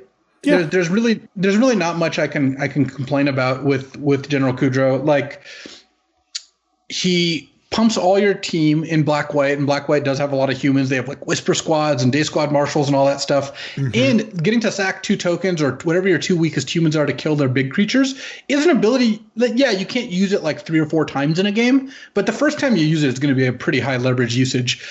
The exile cards out of their graveyard part doesn't matter a whole lot, but it's bonus value, and it's not a big cost to put a bunch of humans in your deck. It's just not that hard to end up doing that. Okay. Yeah. Also, the flavor is kind of cool, right? He's like a ruthless general sending in 2 little soldiers to go kill some big monster, but they also don't come home. Yes. Kind of rough. Yeah. I would so what would you give him?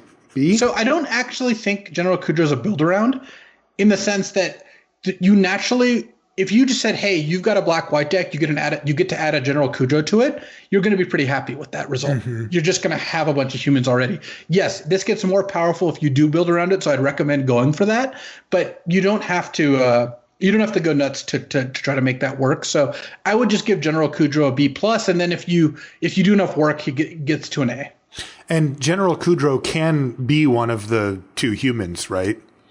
So Yep, he's willing to take one for the team. Yeah, so that matters, right? Like, it just in the case that you have 1 extra human in a thing and they play Yadaro or whatever, and you're like, all right, well, good job, General, and we'll see you later, bud.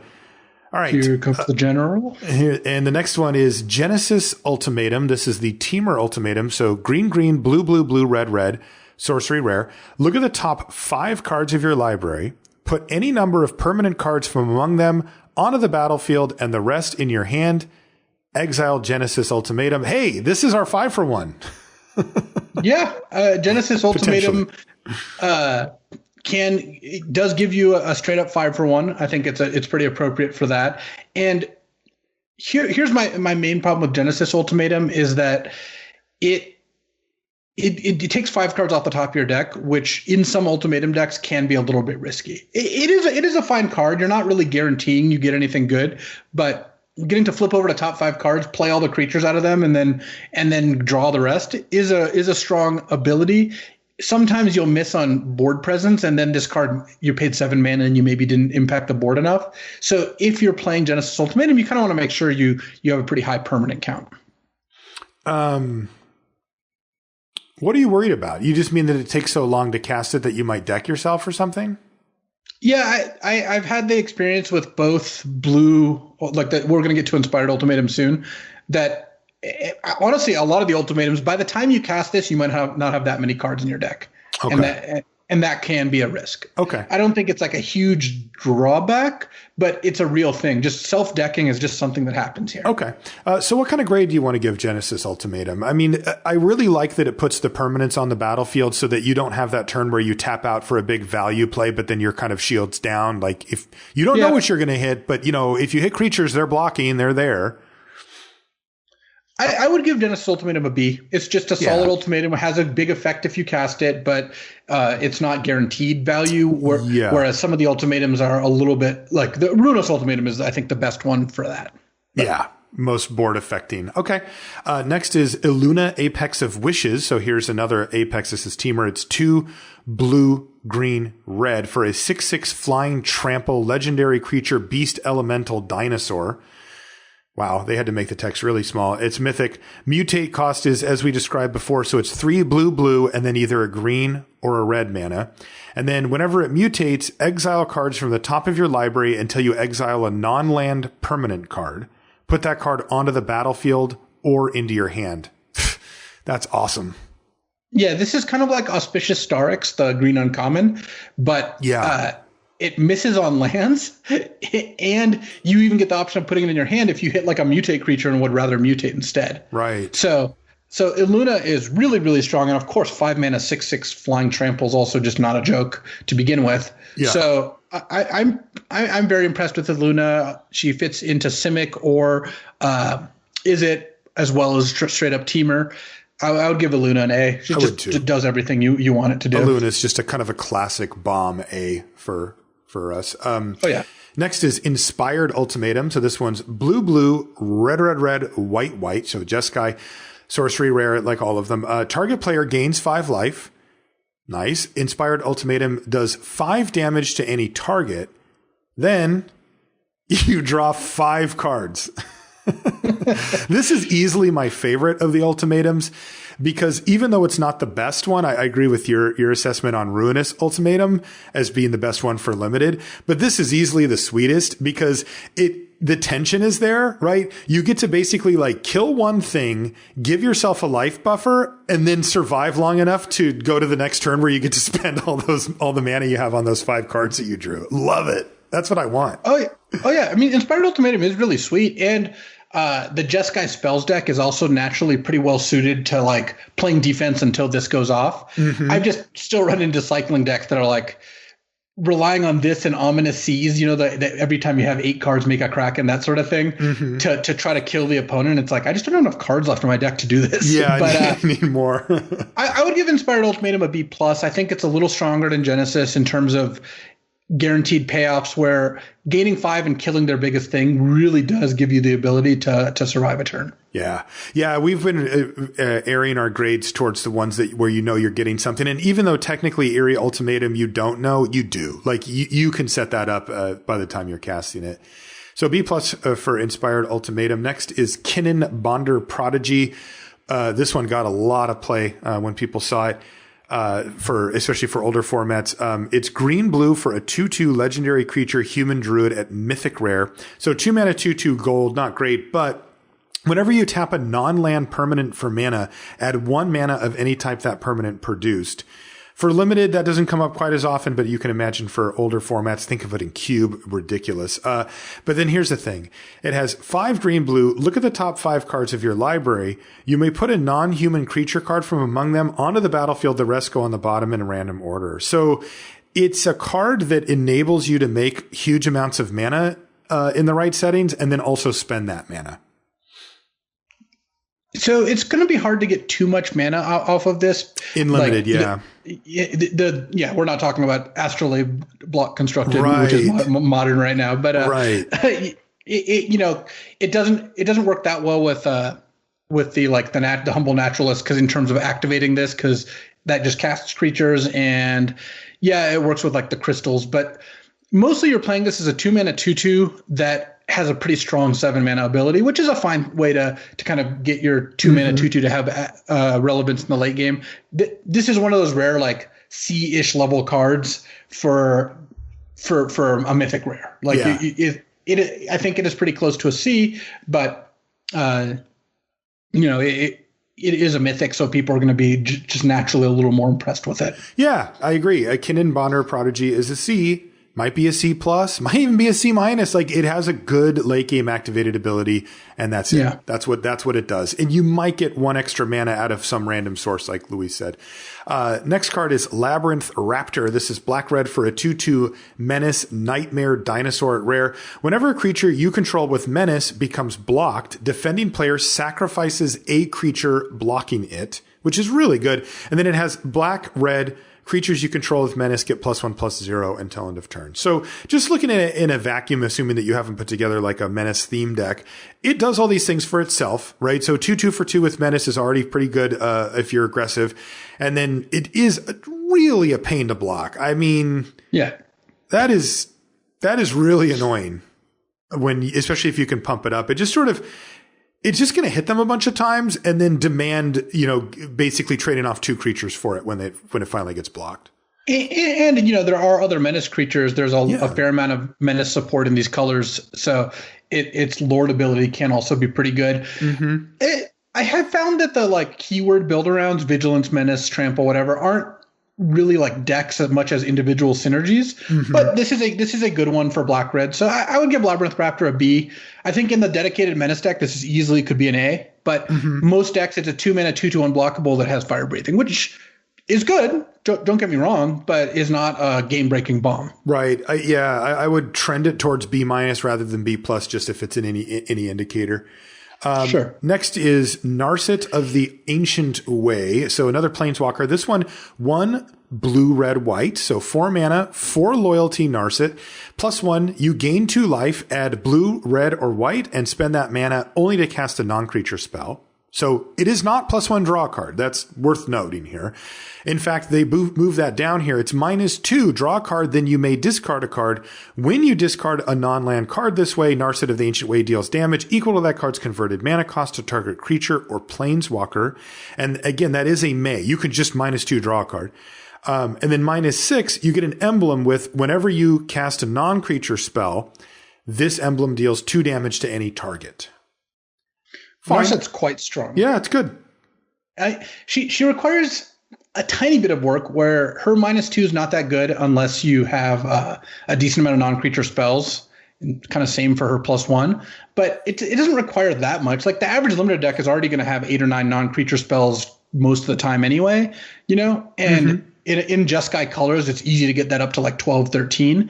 And then she's a planeswalker that ticks up loyalty fairly nicely, ticks down loyalty to kill things and to draw a card. Note that the discard is optional. So that ability is just -2 draw a card at the very worst. Yeah, that's the worst case, but it's discard any non-land card and turn that into a burn spell for a CMC is that's a lot of tempo you're gaining there. That's really good.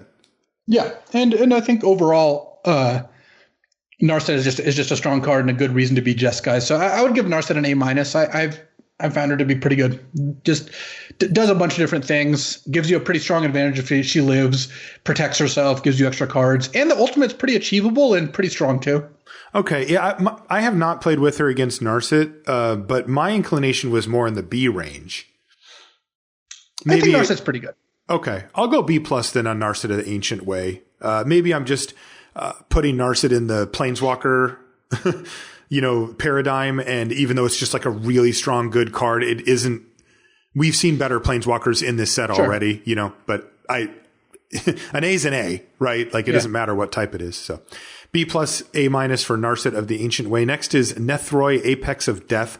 This is another of that, Apex cycle. 2 white, black, green for a 5/5 legendary cat nightmare beast, mythic rare with death touch and lifelink. And mutate costs 4 black, and then either green or white. So 4, 5, 6, 7 mana total. Whenever this creature mutates, return any number of target creature cards with total power 10 or less from your graveyard to the battlefield. So this is just another one where they've just upped the ante so high on the mutate side of things that it kind of feels like if you get to mutate it, you're probably going to win the game. So that's what you should be aiming for in a lot of the time. Yeah, the fail case of a 5 mana 5/5 death touch lifelink pretty strong. Absurd. Yes, so good. Yeah, I think Nethra Apex of Death is ridiculous. I think it's the best Apex just because it's got the strongest mutate and among the strongest hardcast ability. So, yeah, it's an A for Nethra Apex of Death. It just does everything you want. Yeah, I like Nethroi and Aluna. I think that they're right on par. Flying Trample 6/6 for 5 mana is completely absurd. All these cards are just ridiculous. Yeah, so they really took the gloves off with these. So A for Nethroi, Apex of Death. Next is Offspring's Revenge. What does this card do? Is this something I'm interested in at all? So it's 2 red, white, black. So 5 mana, Mardu +2 for a rare enchantment. And it says at the beginning of combat on your turn, exile target red, white, or black creature from your graveyard. Create a token that's a copy of that card, except it's a 1/1 and it gains haste. I haven't really gotten this card to work. I think that there are ways to make it work for sure. But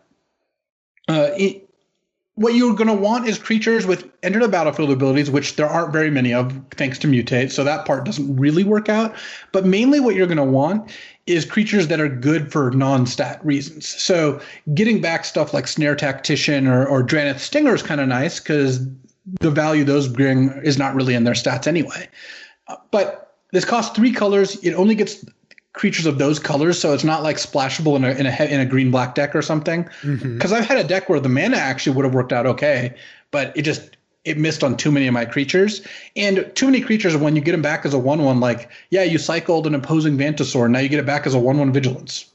That's just not that impressive. I feel like all of the combat-related things outside of like Death Touch basically are meh, right? Like, oh, it's got Menace. Well, it's a 1/1. It's got Trample. It's a 1/1. It has Vigilance. Well, it's a 1/1. Like, who cares about any of those things? I would need the copy of that card to be relevant from, I guess, a Mutate standpoint. I don't even know. Like, I'm paying 5 mana over 3 colors to get 1/1s, and I have to have cards. Like, let's just say it triggers on all my creatures. I have to have creatures in my graveyard to do this.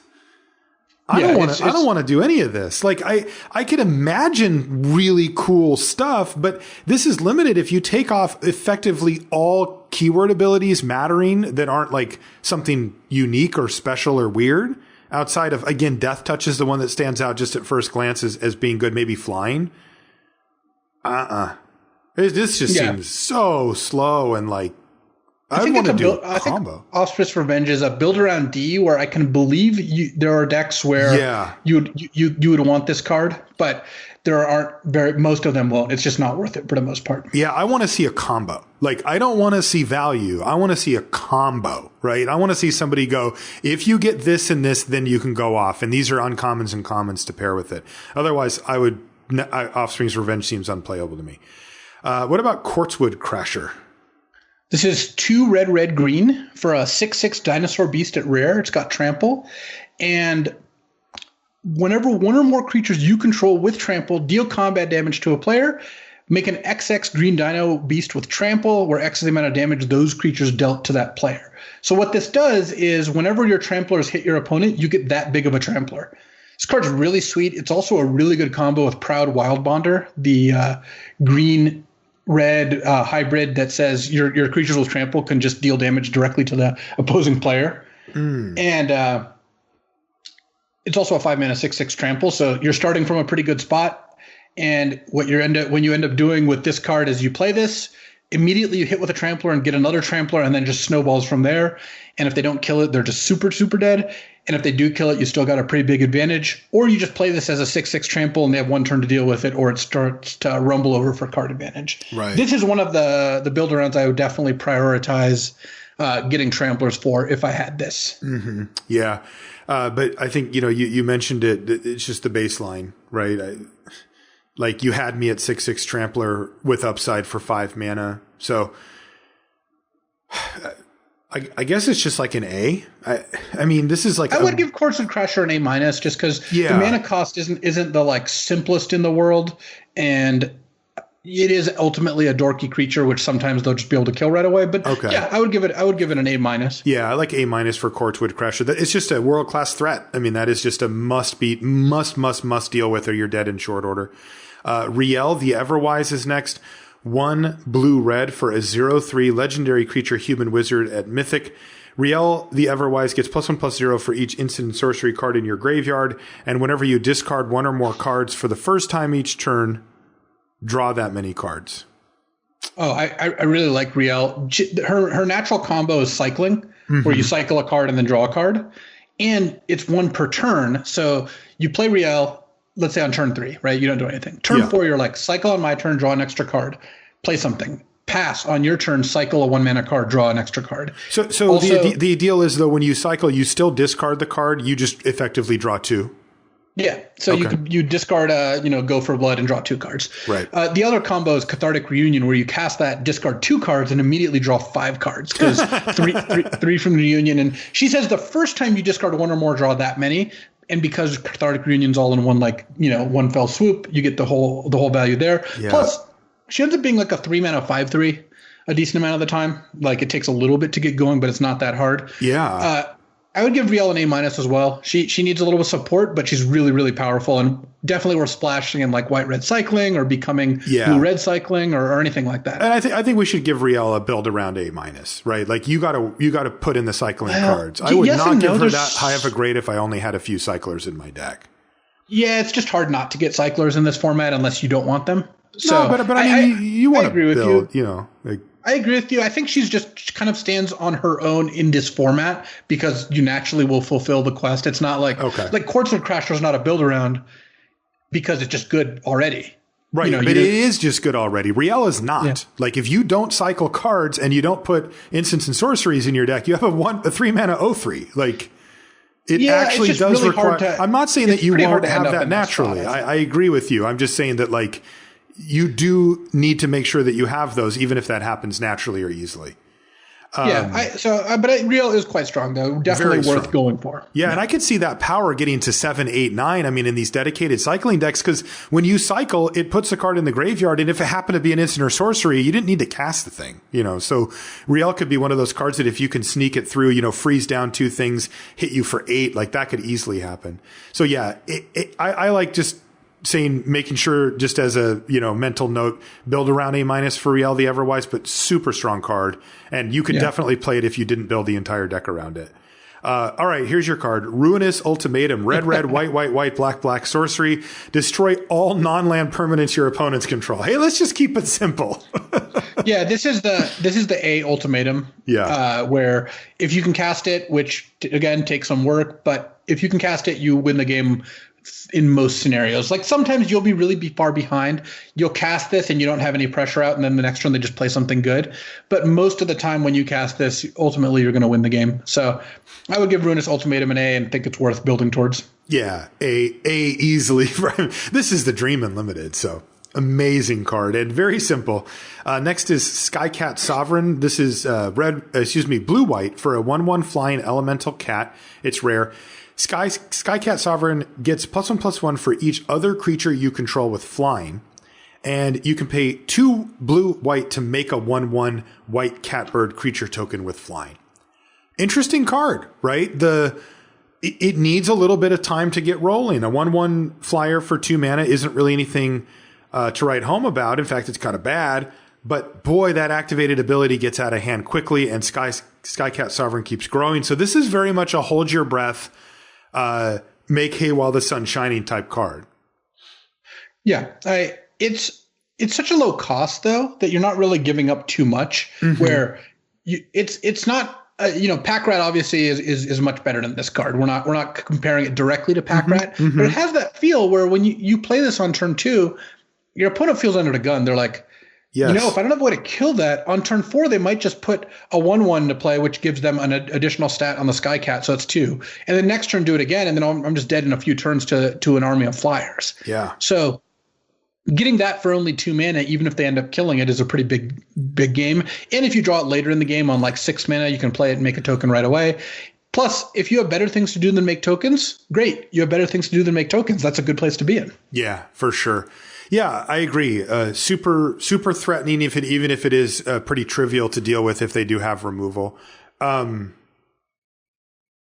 B plus. I would give Skycat Sovereign a B plus. Yeah, B plus for Skycat Sovereign. Just a great threat.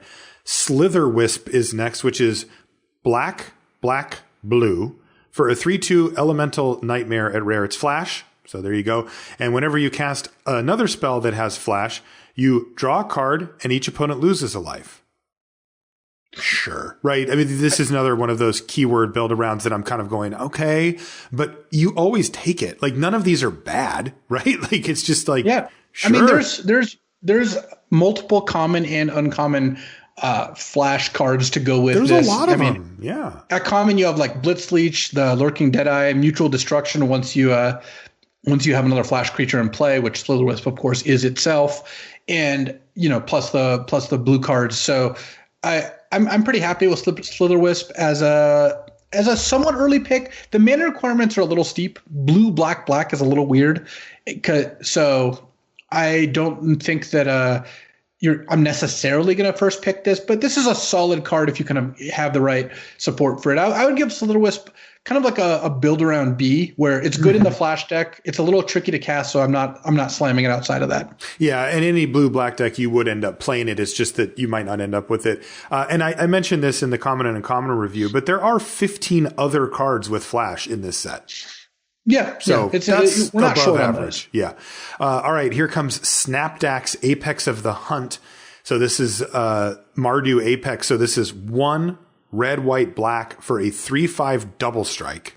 So that's pretty sweet. Mutate cost is 2 white, white, and then either black or red mana. So 5 total.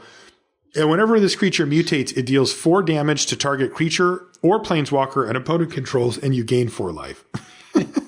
Yeah, 5 mana for a 3/5 double strike that nugs for 4, even if you have to give up a creature to get that, is pretty big. Wow. And sometimes you will also just play this for 4 mana. 4 mana, 3/5 double striker. If you just have the mana for it, nothing else to do on turn 4, you just play this, and they're just facing down effectively a 6/5 on turn 4. So, yeah, I think Snapdax is like the other Apex is very, very good. Yeah, I would say A, or even trending towards A+.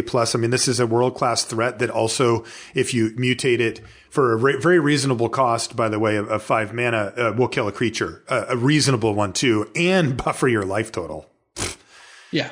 Yeah. All right. I like A+ for Snapdax Apex of the Hunt. What about Song of Creation? So this one I actually am not sure about yet, which is kind of funny. It's 1 green, blue, red. So 1 plus Teamer for an enchantment at rare. And it says you may play an additional land on each of your turns. Whenever you cast a spell, draw 2 cards. And at the beginning of your end step, discard your hand. So there's a couple things going on here. One, because you discard your hand end of turn, every turn you're really, really hoping to draw a spell. Because if you draw a land, you're just passing the whole turn. Like you're getting no value out of Song of Creation the next turn. If you draw a spell, you can usually start chaining spells. But it's not optional either. So imagine a situation where you play Song of Creation, and then you have about 4 turns to win the game. Otherwise, you only get to cast a certain number of spells the whole rest of the game, right? It's just not a guaranteed sort of deal. So I think Song of Creation it's something I want to experiment with. I want to either look at putting more than 40 cards in my deck to maybe enable this card, or seeing kind of how it plays out normally. I've gotten mixed results from hearing about what other people have said about the card, and I haven't actually played it myself.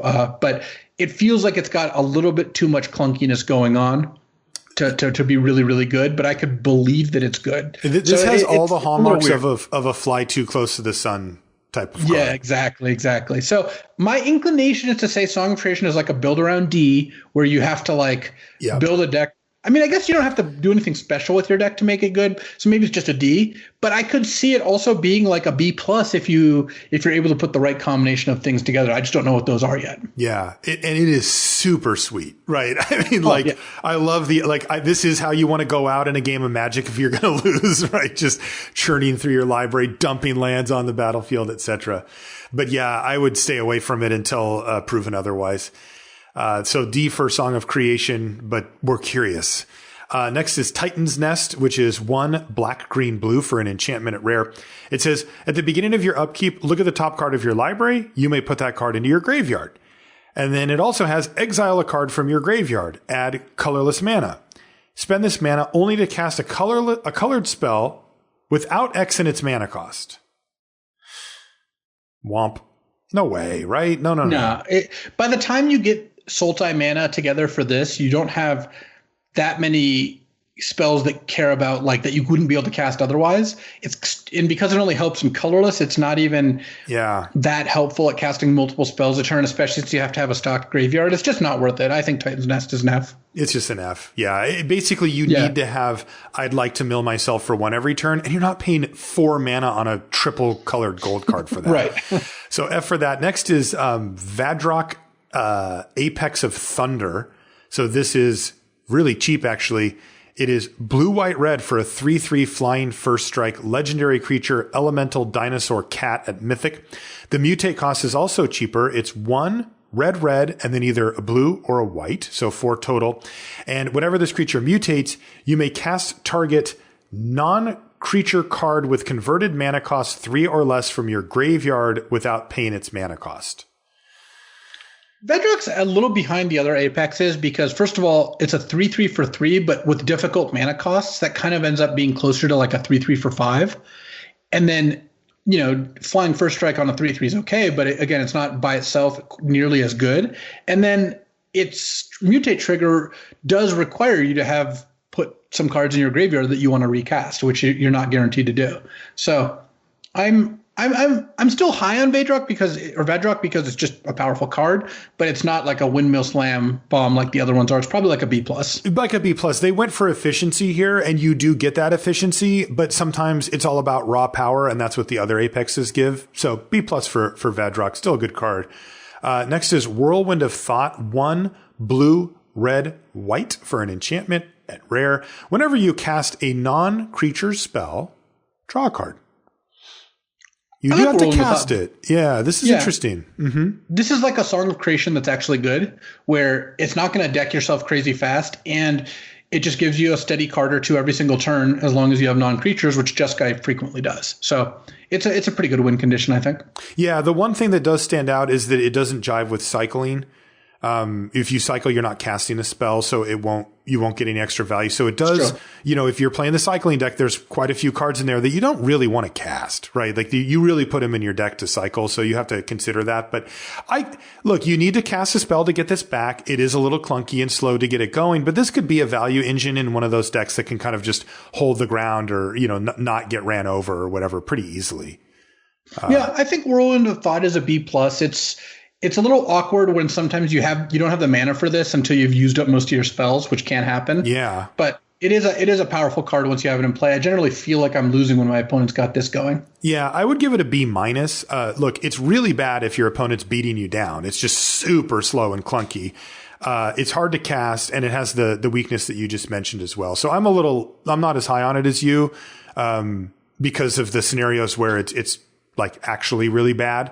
But otherwise, I do see it as potential for a good little value engine. Oh man, this card. Winota, Joiner of Forces. I've seen this in Standard, and it's... getting Agents of Treachery. We were watching Martin use a play doing the CFB stream, and he hit Agent, and Charming Prince to blink an Agent. 4. He hit all 4. It's like he stole 2 lands and 2 creatures and left his opponent with a land. Anyway, I'll tell you what it does. Winota, Joiner of Forces is 2 white, red for a 4/4 legendary human warrior at Mythic. So already we're good. It's a 4/4 for 4. Fine. Whenever a non-human creature you control attacks, look at the top 6 cards of your library. You may put a human creature card from among them onto the battlefield tapped and attacking. It gains indestructible until end of turn. The rest go on the bottom of your library in a random order. So the one of the things that doesn't stand out when you first read the card, right? Whenever a non-human creature you control attacks. So you do need to have some humans to hit with Winota, but also some non-humans to trigger Winota. But it's whenever. So if you go, let's just say your deck has a bunch of cats. You go turn 1 cat, turn 2 cat, turn 3 cat. You play Winota on 4 and you turn all 3 of them sideways. You get to look at 6, 6, and then 6 again, looking for humans to put onto the battlefield right now, tapped and attacking and indestructible. It's really powerful. It triggers for every time a non-human attacks. It's stupid. Oh yeah. It's the kind of card that's first of all, a 4-mana 4/4. Second of all, when you build around it, it gives you a pretty substantial payoff. So I have been really impressed with Winota. It has definitely changed the configuration of my decks to try to have a mix here. And yeah, the fact that it just triggers multiple times is insane. Yeah, really, really powerful. I want to give it a build around grade, but not really, right? Because you can free roll the rules text on it and still be okay with a 4/4 for 4. But I do want to note to people that, you know, you do need to have a balance. You really want to have powerful humans to hit, although hitting anything is good. And then you do need enough non-humans. If you put this in an all-human deck, fine. You'll probably have at least a couple ways to do it. And it's a 4/4 for 4, so it's okay. But you're not maximizing. So just keep that in mind. If you can have, you know, ideally you would have like a bunch of cheap, good attacking non-humans and a bunch of expensive, you know, really great humans, you know. You're not going to get expensive humans too far up the chain just because humans aren't huge in this set. But Day Squad Marshal is a pretty nice one. It gives you a 3/3 that's attacking indestructible plus a 1/1 staying back, you know. That's not bad. So there you go. So I like B+ for Winota, Joiner of Forces. I do think it's finicky to set up. I don't think this is just like play it and you win. But it's really strong. It has a good upside, and there's not a lot of downside to it, too. I would say Winota probably is a B+, but it is an A- if you get the right configuration for it. Yeah. All right. What does Fiend Artisan do? It's green-black hybrid mana to cost. So it costs 2 green-black hybrids. So that's green, black, or black-green. It's a 1/1. It gets +1/+1 for each creature in your graveyard. So often it's going to be a 3/3 or a 4/4, what have you. And then it says X plus a green-black hybrid mana tap. So 1X tap, sack another creature, search your library for a creature with converted mana cost X or less, put it onto the battlefield, and do this as a sorcery. So what you want to do with Fiend Hunter, or Fiend Artisan rather, is play this with a lot of creatures, obviously. But let's say you play this, and then next turn you untap, and you spend 5 mana, and you sack a token or a Whisper Squad or some idiot, and you go get a solid 5-drop. Yes, pretty good. It's very good.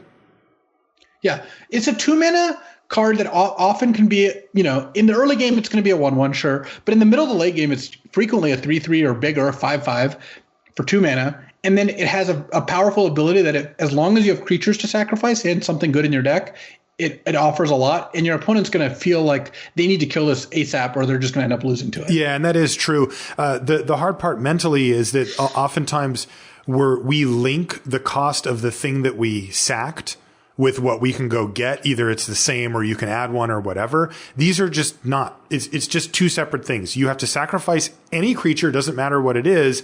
And then the X is just the X. It is whatever. If it's 5, you get to go get a 5-drop. It doesn't matter what you sacrifice. So it is a tutor. Like it is doing the thing where it's tutoring and putting it on the battlefield at the same time. And as Luis mentioned, at sorcery speed, it's powerful. I mean, these type of cards are just like, you know, they don't ask a ton of you. And upgrading your 2-drop to however much mana you have -1 out of your deck is very strong. It's really good. So I like Fiend Artisan a lot.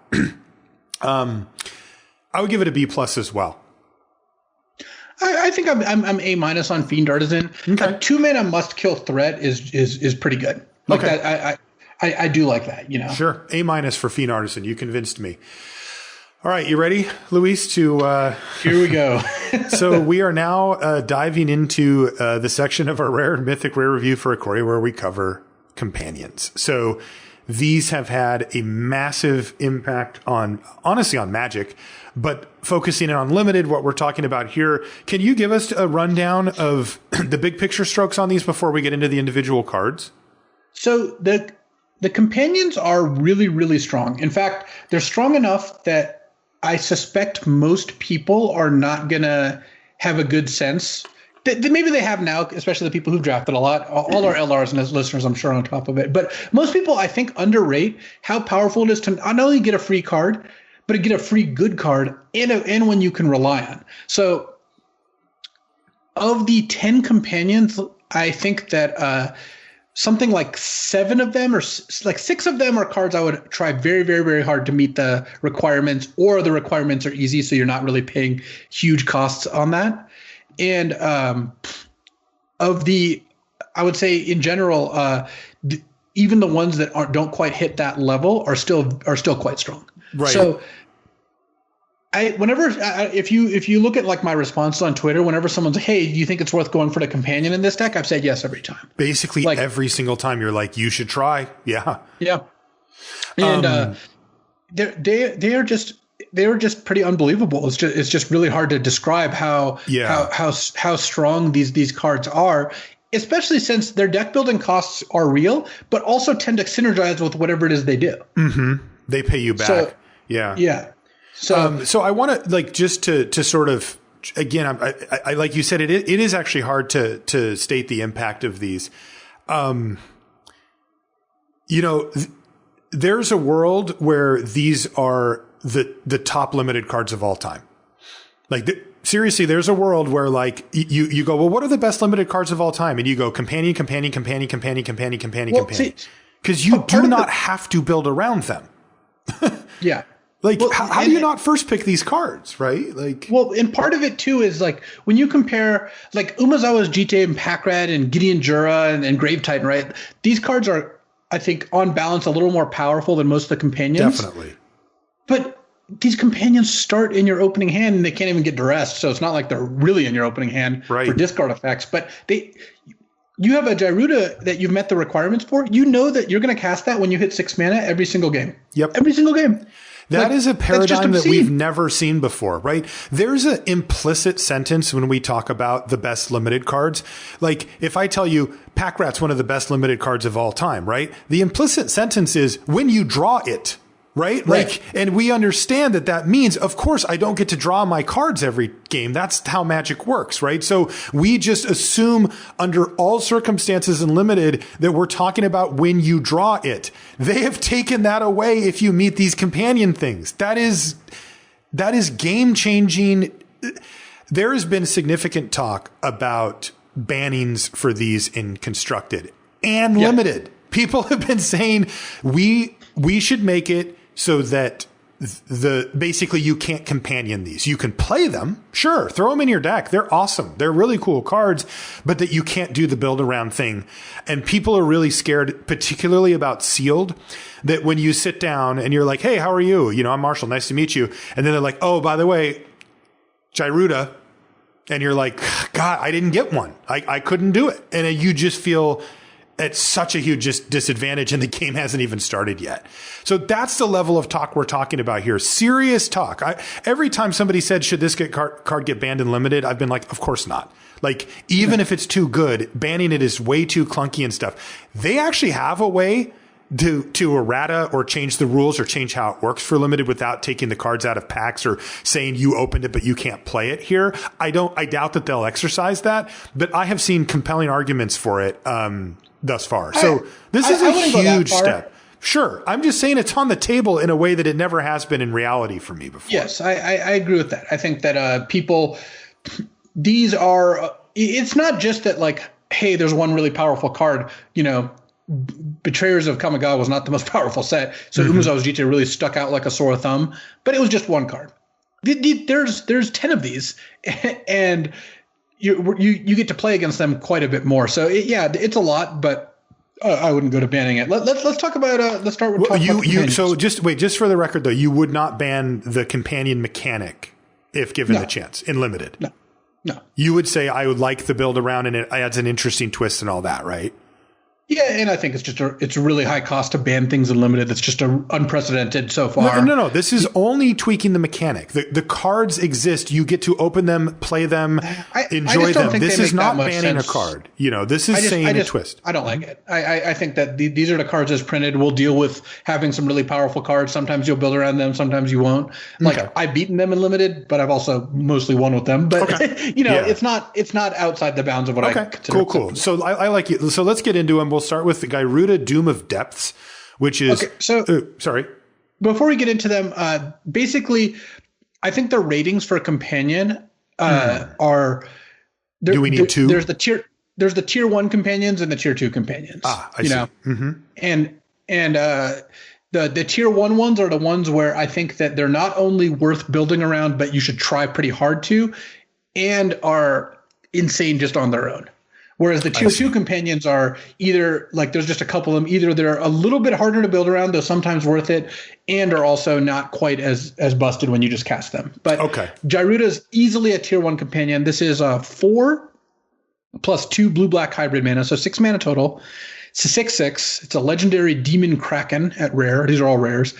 And it says, companion, your starting deck contains only cards with even converted mana costs.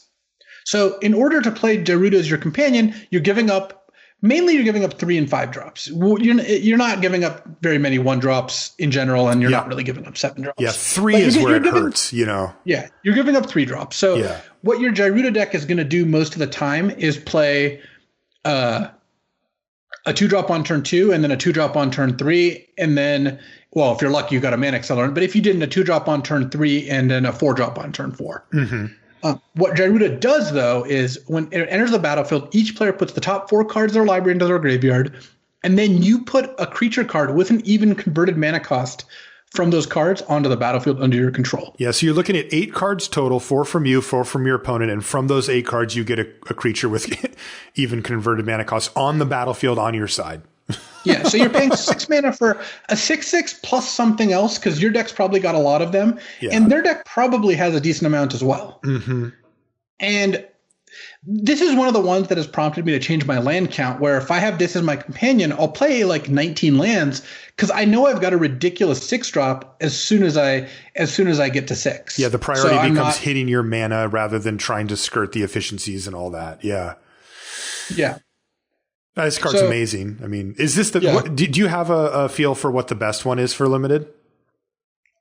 I think it might be Gyruda, but I think Gyruda, Giganta, Yorion, Karuga, Obosh are all very, very close.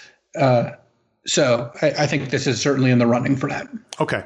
It's just such a ridiculous effect, Yeah. And do we want to differentiate our grades or our notes for whether you've built around it or whether you just put it into your deck like a normal creature? Yeah, we can mention both, basically. Okay. So Gyruda's an A+ in both. Right. So that there's like this card's just a ridiculous bomb, even if it didn't have the companion ability, because it's a 6 mana 6/6 that brings another big creature along with it. Yeah.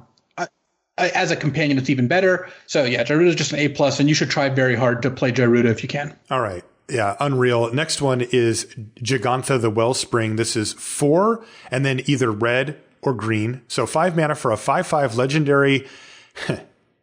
Looking good, buddy. Elemental Elk. By the way, I have to give props for the artwork here, because this is like a huge Elmer, but one of the jokes about putting elk into the artwork that we've always had is that they're scale elk, right? There's an elk in the picture, but then there's like a Tarmogoyf or something. Yeah. This elk has scale elk.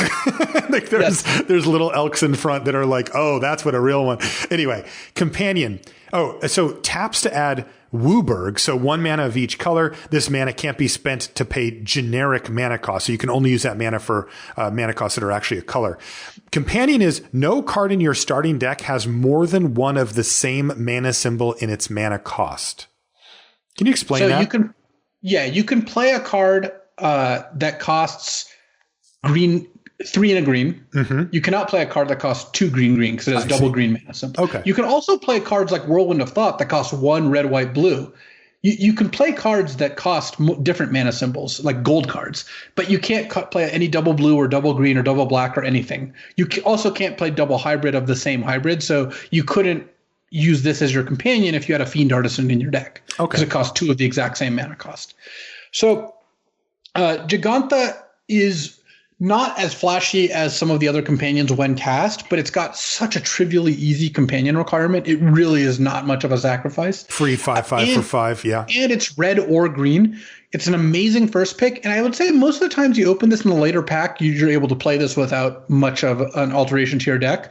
And it's a 5 mana 5/5 that taps for 5 mana. Right. So you play this on turn 5. If they don't kill it next turn, you're just going to dump your hand. Because yes, you can't pay the colorless costs, but you can figure it out. Yeah. But it's enough mana that you should be able to at least play 2 spells. Yeah. So yeah, I think that it's a pretty strong card. It's also free and has a very low cost associated with it to play it as a companion. So I think Giganta is an A companion, and probably like a B plus card. 5 mana, 5/5 the taps for 5 is pretty decent. It's probably a B, yeah, something like that. Like it's fine, yeah. But as a companion, which is where you should strive to play this is an A. Giganta is very good. And I think this is probably one of our best examples of that too, because the card itself is fine. It's a good Magic card, but it shows how powerful it is to have it just always ready to be cast. Next is Kahira, the Orphan's Guard. This is 1 and then 2 Celestia hybrid. So you can pay 1 GG, 1 white, or 1 green-white for a 3/2 legendary creature cat beast at rare. With vigilance, and each other creature you control that's a cat, elemental, nightmare, dinosaur, or beast gets +1/+1 and has vigilance. Companion. Each creature card in your starting deck is and as you might imagine, cat, elemental, nightmare, dinosaur, or beast card. I like Kahira. How doable is this? I think Kahira is one of the worst companions because it's just not that big of an effect. Mm-hmm. It's a 3 mana 3/2 vigilance, and yes, it gives your team +1/+1. But if they kill it, it's just not that effective. And I think that the cost also in some decks can be kind of high, especially if you're in a white deck. I know this is green-white hybrid, but the white decks do have a lot of humans. Yeah, for sure.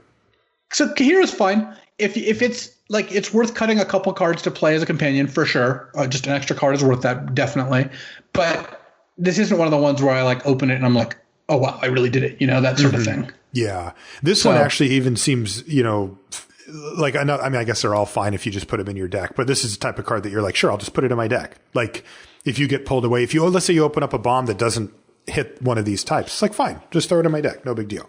Yeah. What kind of grade do you want to give it?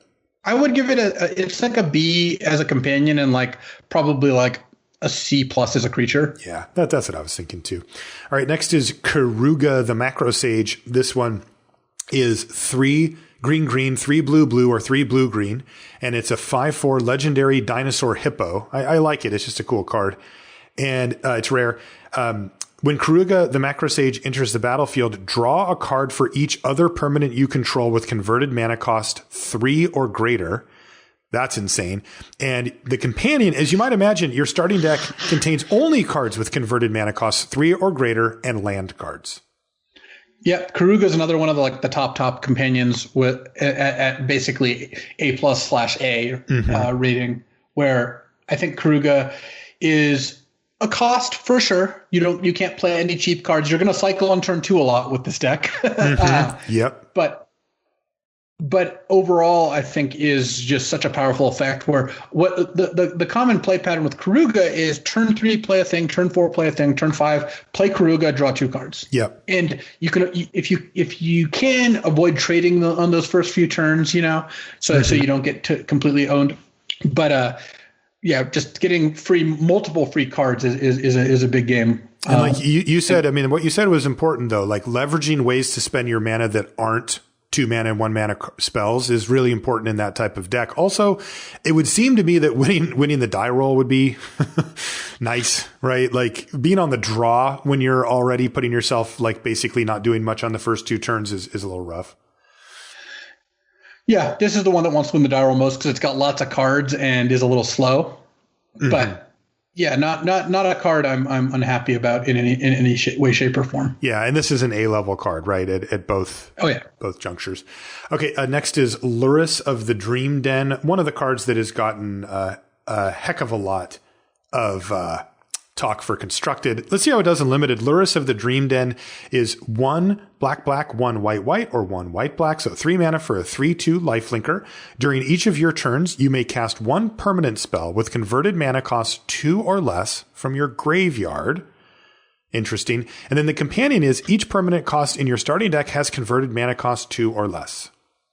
So, rough. First of all, by far the best companion for older formats, because, I mean, yes. Discard of Lion's Eye Diamond or Black Lotus or whatever, Mishra's Bauble was just a joke. But for Limited, so Luris is interesting, where Luris is kind of relatively better as a creature than as a companion, where if you open Luris, you can definitely build a sick Luris deck. If you open this pick 1, pack 1, take it, build your companion deck, grab some deadweights for sure, a bunch of cheap cards plus expensive removal, because this doesn't care about non-creature spells. Mm-hmm. Or non-permanent spells, rather. But if you get it late, it's just a fantastic card to put in your deck, assuming you have a decent amount of cheap things. because just on turn 5 you play Lurrus and just replay a 2-drop that you cycled earlier, or just or start replaying Deadweight every turn. I mean, that's just obscene, right? Yeah. So I think that Lurrus is just a fantastic card to take. And my grades, I guess, would be, as a companion, Lurrus is like an A-, where sometimes you're just not going to be able to do it, but very, very strong if you do, of course. And as a card, is an A. It's just such a powerful, good value card. It's also a 3/2 lifelink. Like that brawls. Definitely an A. What percentage of the time do you think, if you first pick Lurrus, you'd actually be able to meet the deck building requirement? Is it half? Is it less than half? 70% of the time. It's 70 because it's such a big payoff. You just know that you don't have to, that you can just basically getting to tunnel vision on these things is really, really strong. I mean, I would just be worried that I put a bunch of, cheap permanents in my deck and then they kill Lurrus. And I just don't have a very powerful, I don't have a 5-drop creature to play, right? I don't have a 4-drop. I can. Yeah, but you can get around that. Okay. There's enough good removal and there's enough good cheap creatures that it's just not that hard to win the game to win the game with Lurrus. So I would try pretty hard to make that work. There's also ways to get Lurrus back, by the way. So, all right. So A minus A for Lurrus of the Dream Den. Next is Lutri the Spell Chaser. This one is 1 blue blue, 1 red red, or 1 red blue for a 3/2 legendary elemental otter. It's rare, of course. It's got flash, and when it enters the battlefield, if you cast it, copy target instant or sorcery spell you control. You may choose new targets for the copy, and the companion is each non-land card in your starting deck has a different name. So that's trivially easy to hit this requirement in Limited, right? It's not even that common that you have two cards with the same name. Yeah. That would normally be the case, but I actually am a little lower on Lutri than I would be otherwise. Okay.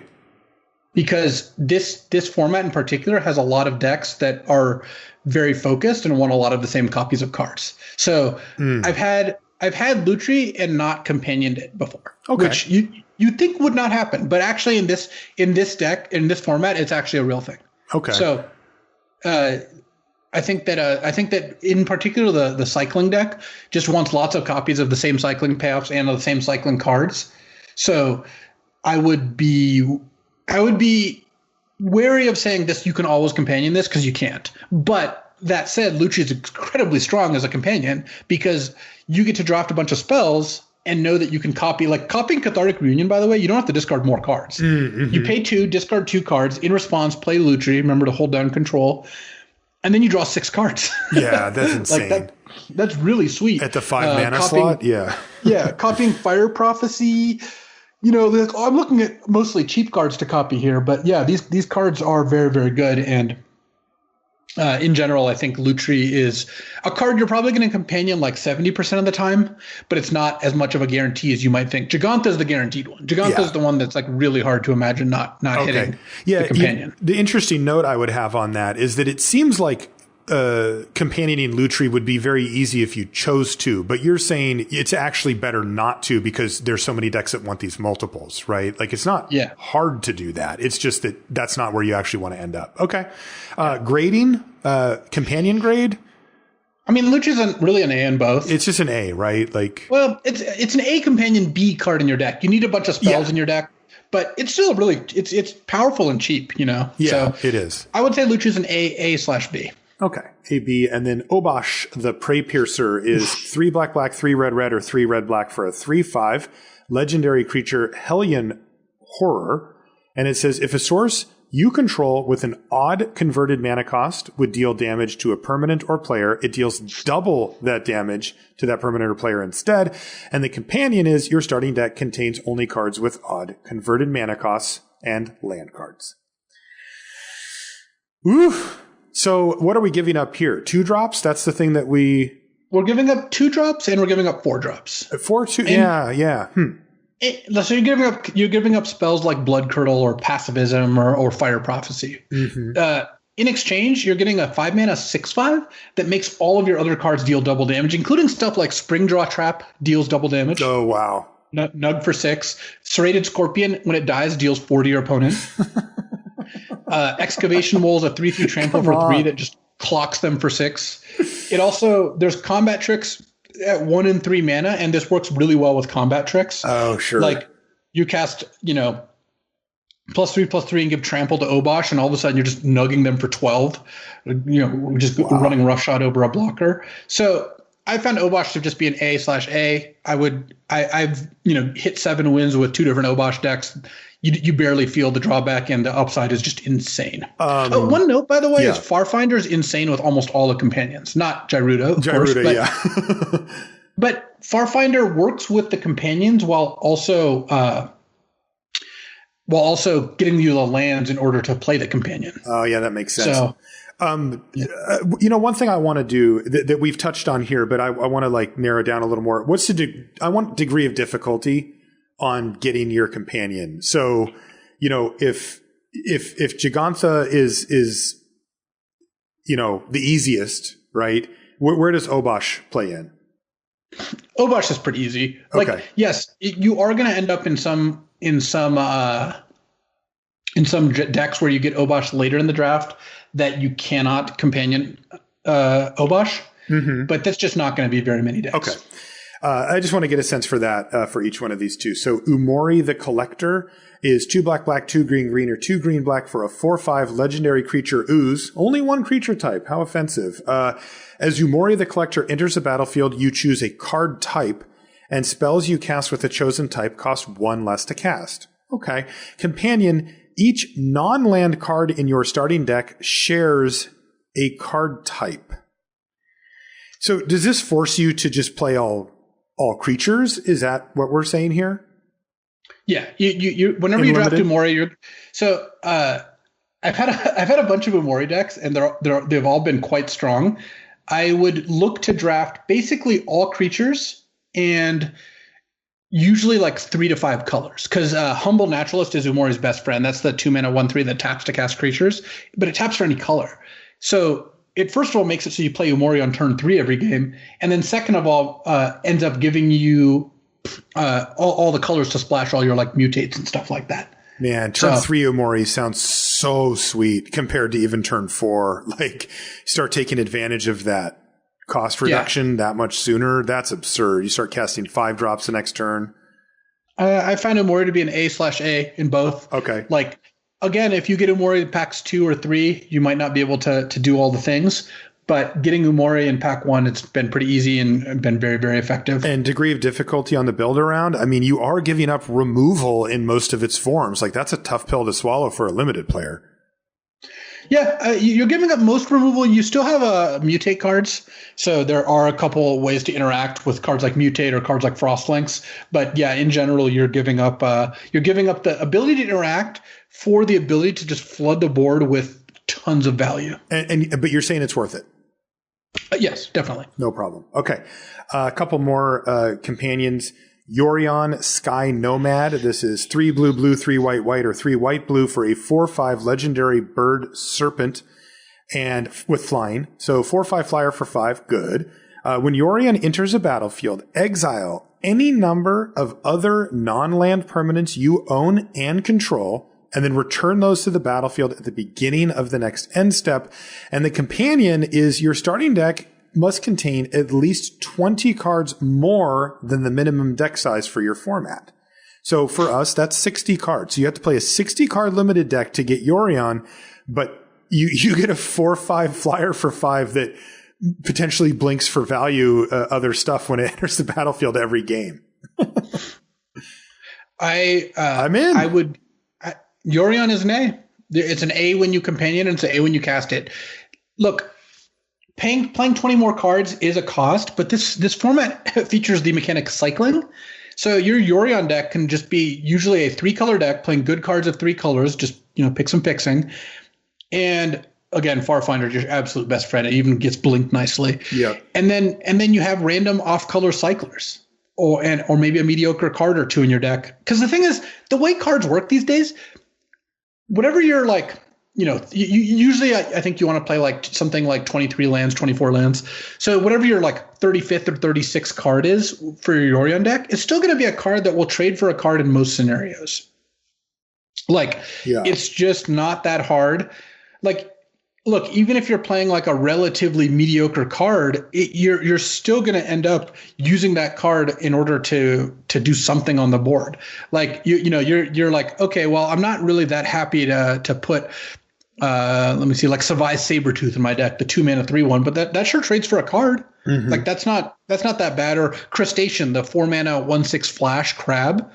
Like, yeah, that card can hold off a 4/4. It's not a good card, but getting a 5-mana 4/5 that maybe is the equivalent of draw a card on it, depending on how blinking does, sometimes it can be more, is huge. So I would generally try to play Yorion, and I would work pretty hard to do that. Yeah, I would say like A- for Yorion, Sky Nomad, just awesome. Yeah. I think A- Companion A is a card in your deck. Of course, it's just a 5-mana 4/5 flying, which is easy to cast and has a cool effect. Yeah.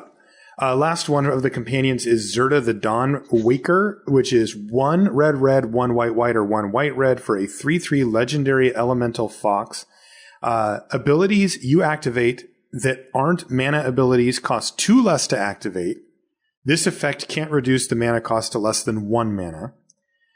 So 3/3 for 3 that has a cost reduction for activated abilities. Zirda has an activated ability of 1 tap it, target creature can't block this turn. And the companion is each permanent card in your starting deck has an activated ability. So cycling counts. So cards that have cycling. So creatures basically with cycling in this case. Yeah, creatures with cycling will work. Lands, of course, work because they have a tap ability. Right. In general, I found Zirda to be worth playing, but not companioning. It's like a C-ish companion, just because the cycling decks need cards like Snare Tactician and Prickly Marmoset, which don't have activated abilities, and those cards are very strong in the deck. Savai Thundermane, for example. So I would say that Zirda it will usually not make the cut as a companion. Of course, as a 3-mana 3/3 that makes things unable to block and makes your cycling like 2 into cycling 1. That's pretty good. It's a good card. So yeah, this is a little lower grade on the outright power level though than the ones we've seen. Yeah, I would say it's like a C level companion, B level card. Okay, so yeah, this is I think when we look back on this format, there's going to be things we think about, but I don't really see how we're going to get around not thinking about companion, just a shattering effect. And I got to say, I love having conversations about it. And I think I like a little controversy in our Magic, and I like it that they're pushing the boundaries. Anyway. I mean, I legitimately have liked a lot of what they bring towards Limited. Mm-hmm. Like, they make you draft different decks and make choices and play different cards. And yeah, they're really strong, but really strong cards are okay in Limited. And I think that they've also, to step outside of Limited, have generally been good for Standard, especially Yorion. Any deck that plays Yorion in any format, I think, is cool. Is cool. Like, you just definitely play 80 card decks and you get to see new cards. Yeah. I think for older formats, just ban Lurrus and move on, that sort of thing. But and potentially Gyruda. But for the most part, I think companions aren't as much of a threat to Magic's overall sanctity that most people seem to think they are. Yeah. So the argument I would make is, so you said that they're powerful and that's okay. There can be powerful cards. The argument I would make would be the repeatability. It's not fun, right? Like, I love formats and things that make things different. That's why I love Limited, because the games don't play out the same way every time. And if you make the bar a little too low, or even if the carrot is a little too big, so that I'm going to go for these companions and everybody's going to go for these companions and actually be able to do them. If that happens too often, it is just like, this is the same thing. You're going to play that stupid thing on turn 6 and I can't beat it, or you're going to have a huge advantage and I can see it and I know it. And there's at least a tension, normally where they might not. So that's the argument I would make. Not necessarily power level, but, it gets too repetitive. Okay, a few cards left here. First one is Crystalline Giant. This card's actually sweet. So it's 3 mana for an artifact creature giant at rare. It's a 3/3. So 3 mana, 3/3, colorless. So like, that's kind of cool, or generic mana. And then at the beginning of combat on your turn, choose a kind of counter at random that Crystalline Giant doesn't have on it from among Flying, First Strike, Death Touch, Hexproof, Lifelink, Menace, Reach, Trample, Vigilance, and +1/+1. Put a counter of that kind on Crystalline Giant. Yeah. That's powerful. Oh, this is a great card. You're paying very little, and the upside is enormous. Yeah, sometimes you're gonna like you're gonna roll like, oh, I'm gonna roll menace and vigilance, and you're just be like, this kind of sucks. But it's a 3 mana 3/3 first of all, and then second of all, sometimes you roll hexproof, and then you roll lifelink, and then from then on it's just all gravy. Yeah, for sure. And there's combos. It's interesting to see the combos that come up. Also of note, it is at the beginning of combat, so you play this and get a thing right away. That's kind of cool. Also, this has generated a lot of discussion about the move towards perhaps designing cards with a little bit more towards digital in mind, because this is a lot easier in digital, it just happens. And in real life, you have to like sort out how to roll a die to figure out which one of these many things you're getting. Kind of interesting discussion there too. But when it comes to Crystalline Giant, it's awesome. I mean, I cannot imagine a deck I would not put this in outside of my Gyruda deck or whatever, like it's just awesome. So, oh yeah, yeah. I think Crystalline Giant. The fact that it's colorless too makes me want to give this probably like an A-, even though it kind of it plays more as a B+, but the colorless aspect is really strong. It really also, is. This is a fantastic thing to mutate onto, by the way. Oh my God. That's true. Also, I want the screenshot, by the way, of somebody that's had this thing on the battlefield long enough to get all of them. Yeah.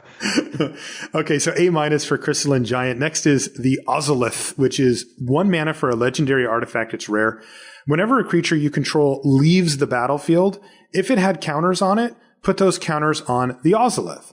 At the beginning of combat on your turn, if the Ozolith has counters on it, you may move all counters from the Ozolith onto target creature. That is a cool card. I have almost no interest in it for limited, but that is sweet.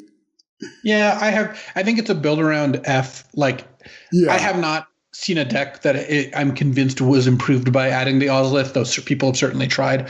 Could be wrong. Maybe at once in a blue moon it comes together, but it seems like too much work. It's a magnet for counters. I like it, but yeah, it's a build around F. Next is Bonder's Enclave. This is a land that taps for colorless mana. It's rare. And you can pay 3 mana and tap it to draw a card, but you can only activate the ability if you control a creature with power 4 or greater. A pretty huge free roll, assuming you can meet the requirements in your deck. So this is kind of like a B-level card where it won't always have an effect, and some games you don't have time or a creature or whatever. But it's not a huge cost in most decks, and getting to play it. And if you draw 1 card off this, it's really good. Yeah. And you can obviously imagine it taking over the late game in a deck, yes, where it's just, you're stalled out and you're just like draw a card, draw a card, draw a card, and now you can't lose. I like it. I mean, Bonner's Enclave seems legit to me. I would want to, pay attention. I mean, if you don't have any 4 powered creatures, you can't play it. If you don't have the ability to get to 4 powered, you can't. But if you have a few, it scales up with how many you have. I would definitely play it if I thought I would have it. If I was green something, I would probably just play this card. I don't know what to grade it. It's probably a C+ or a B-. I mean, when you're on a stalled board and you start drawing cards with it, it's like an A. And when you need that 1 extra color of mana, because there's a lot of mana intensive stuff, it's like an F, and you can't put it in your deck. So I'm not really sure what to grade it at. I would give it a B-, I think. Okay. B- for Bonder's Enclave. Mm-hmm. We have 5 more cards, but really they're 1 more card. These are the Triomes. There's Indatha Triome, Ketria, Raugrin, Savai, and Zagoth. And these are Trilands, but they're Trilands with a little bonuses attached to them. So they're rare. They're lands that have the mana type of their thing. So I'll use Indatha Triome as the example. It taps to add white, red, or green, and it's a plains, swamp, and forest. And it enters the battlefield tapped. You can't get around it. But it also has cycling for 3. And that's true for all of them.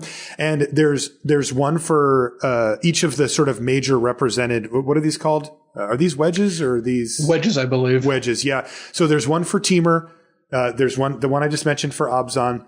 There's one for Jeskai. There's one for Sultai. And there's one for Mardu. So I guess I could the Temur one is I think that people know what they are, not necessarily by name, but the Temur one is the green, blue, red. The Jeskai one is the blue, red, white.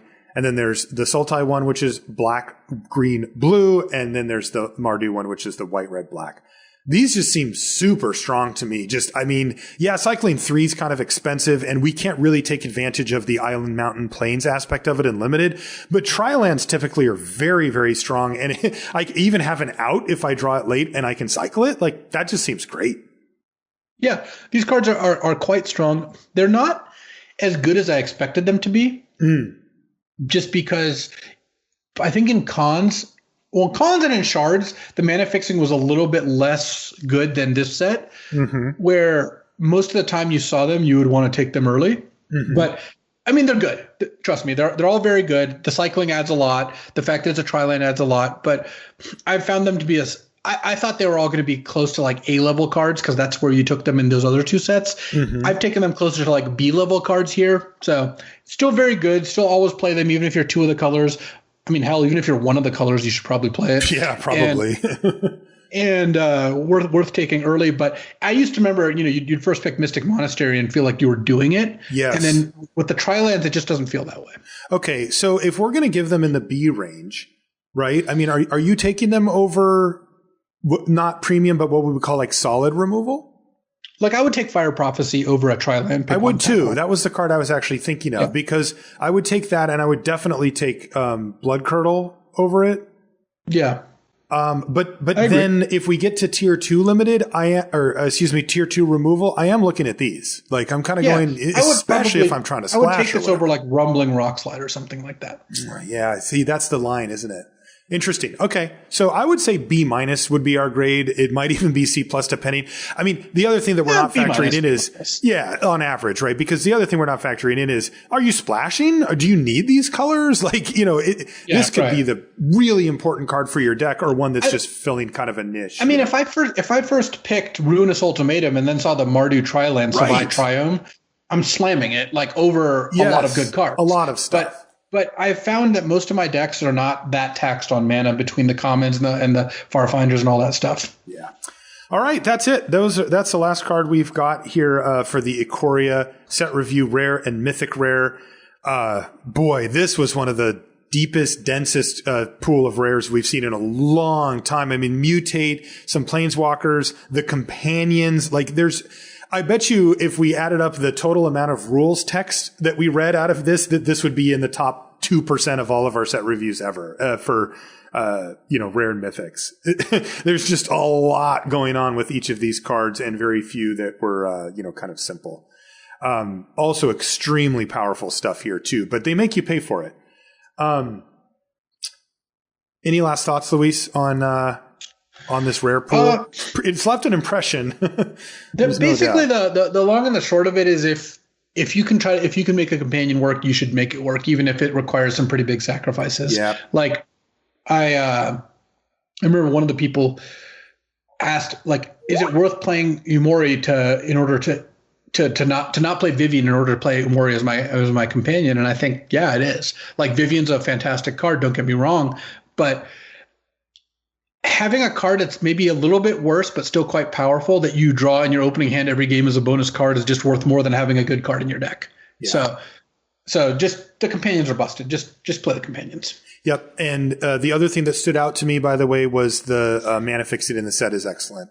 You and I were much lower on our guard about this card's great, but you can't cast it. Like once we hit an ultimatum and said it is possible to cast it in this format, if you work towards it a bit, that kind of blows the doors off of all the crazy mutate costs on the apexes and just these tricolored cards. This is a tricolored set. Like that might have got lost in the fray because it wasn't necessarily the headlining thing, but it is a tricolored set, and they have put support for that in there with the artifacts, the lands, and all the other stuff. All right, let's call it a show there, Luis. I want to remind everybody the show's brought to you by channelfireball.com, where if you're interested in, premium awesome content from CFB Pro exists now, and you can go check it out. We talked about it at the top of the show. But Luis wrote an article this week about the red-white cycling deck, for example. So, you can find that there. Get the inside track on this stuff. And, they really did do a good job finding that middle ground with the offerings. Look, if you spend $10 a month or more on Magic, you can get this for free, basically. You get store credit at CFB. for the $10, and then you get access to CFB Pro. So yeah, you have to spend it at CFB, but that's a trade-off that I think is very reasonable to make, if you are looking at it and going, yeah, my budget, because I know that a lot of people look at this type of thing and go, I want that, but that's part of my Magic budget going to something that's not Magic cards so that I can actually play in my local tournaments or play some more online or however you want to do it. Now you kind of get both, right? You're like, look, I still get to spend this on the cards that I wanted, but also I get the premium content. And, as a content creator, I get it. I mean, this stuff is not free. It takes effort and people. And, a good example is right now, I mentioned it at the top of the show, but, we've got Jeff right now kind of producing the show for a video version of it. And it's like, that kind of stuff doesn't just happen, right? Like these are the things that are needed to take next steps, We don't pay Jeff, just to be clear. Jeff is not a volunteer. But, so like these are the types of things that you have to consider. And I think that setting it up where you're getting your money back in store credit is a very reasonable trade-off. Just my personal opinion on it. If you'd like to support the show directly, you can do so via the Patreon. That's patreon.com/limited resources. And as I mentioned at the top, we made sure to set this up so that if you're a patron of the show, and there's any type of bonus that gets attached to CFB Pro, you will get that as well. You will never, ever miss out and put yourself in a position where you're going, well, I really want to support the show, but I really want this other thing, but I can't have both. If you are a patron of LR, you will get the things that are LR related in regards to CFB Pro as well. And that's something that you need to know.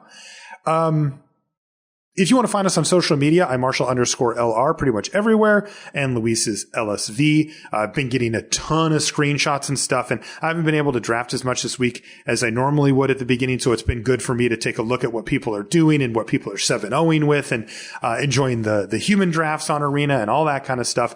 And we'll be talking about that stuff. If you want to find more episodes of the show, including the common and uncommon review we did last week and all that, it's all at lrcast.com. And you can also see the visual versions of these on YouTube at the Limited Resources YouTube channel. You can just search for Limited Resources on there and you will find it. That is going to do it for this one. Thank you so much for hanging out. And next week we'll have our first impressions of Ikoria, and I'll tell you that it's going to be an avalanche of information coming at you. So we'll look forward to seeing you then. Until next time, we'll see you.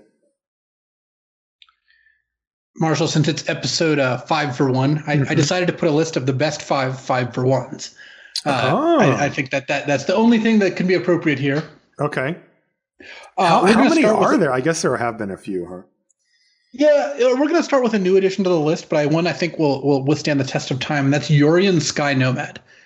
So it doesn't. You might be asking, how is this a 5 for 1? Yeah. Well, first of all, it's a companion, so that's already 1, right? It's already a 2 for 1 just by virtue of being a free card. Second, if you've ever seen this card cast and constructed, when it comes into play, it easily draws you like 3 cards, 4 cards. You're blinking your Omen of the Sea, your Omen of the Forge. You're blinking your creatures with ETB effects. You're blinking, your Arkham's Astrolabe or your Icefang Quaddle and Legacy. Mm-hmm. I think Yorion Sky Nomad is one of the easier 5 for 1s we've run across, and you're going to see it all the time. Okay. Number 4, we've got Casualties of War. And, if you hit creature, planeswalker, artifact, enchantment, land, bam, that's an easy 5 for 1. And, Casualties of War gets cast as a 5 for 1 all the time. It is a very, very powerful card. Number 3, we've got Veil of Summer. And you might be asking, how is this a 5 for 1? But every time someone casts Veil of Summer, someone puts a bunch of cards in their graveyard, and the other person draws a card. So I can't count it up exactly, but Veil I don't know if you've ever got your Force of Will Veil of Summered, but that feels like a 5 for 1. It feels like a 5 for 1? Okay, all right. Look, we're stretching here, but Veil of Summer is just such a ridiculous card. I just can't. Every time I have the opportunity to make fun of how dumb it was that card got printed, and I don't understand how that was the case, I will do so. Number 4 is a tie between a number of ultimatums. Ruinous Ultimatum, easy 5 for 1. Genesis Ultimatum's literally exactly a 5 for 1. Mm-hmm. There's no getting around that. Inspiring Ultimatum, Cruel Ultimatum, all the ultimatums really give you these nice 5 for 1 opportunities. But who's the best 5 for 1? Who's that? Somebody say the greatest 5 for 1.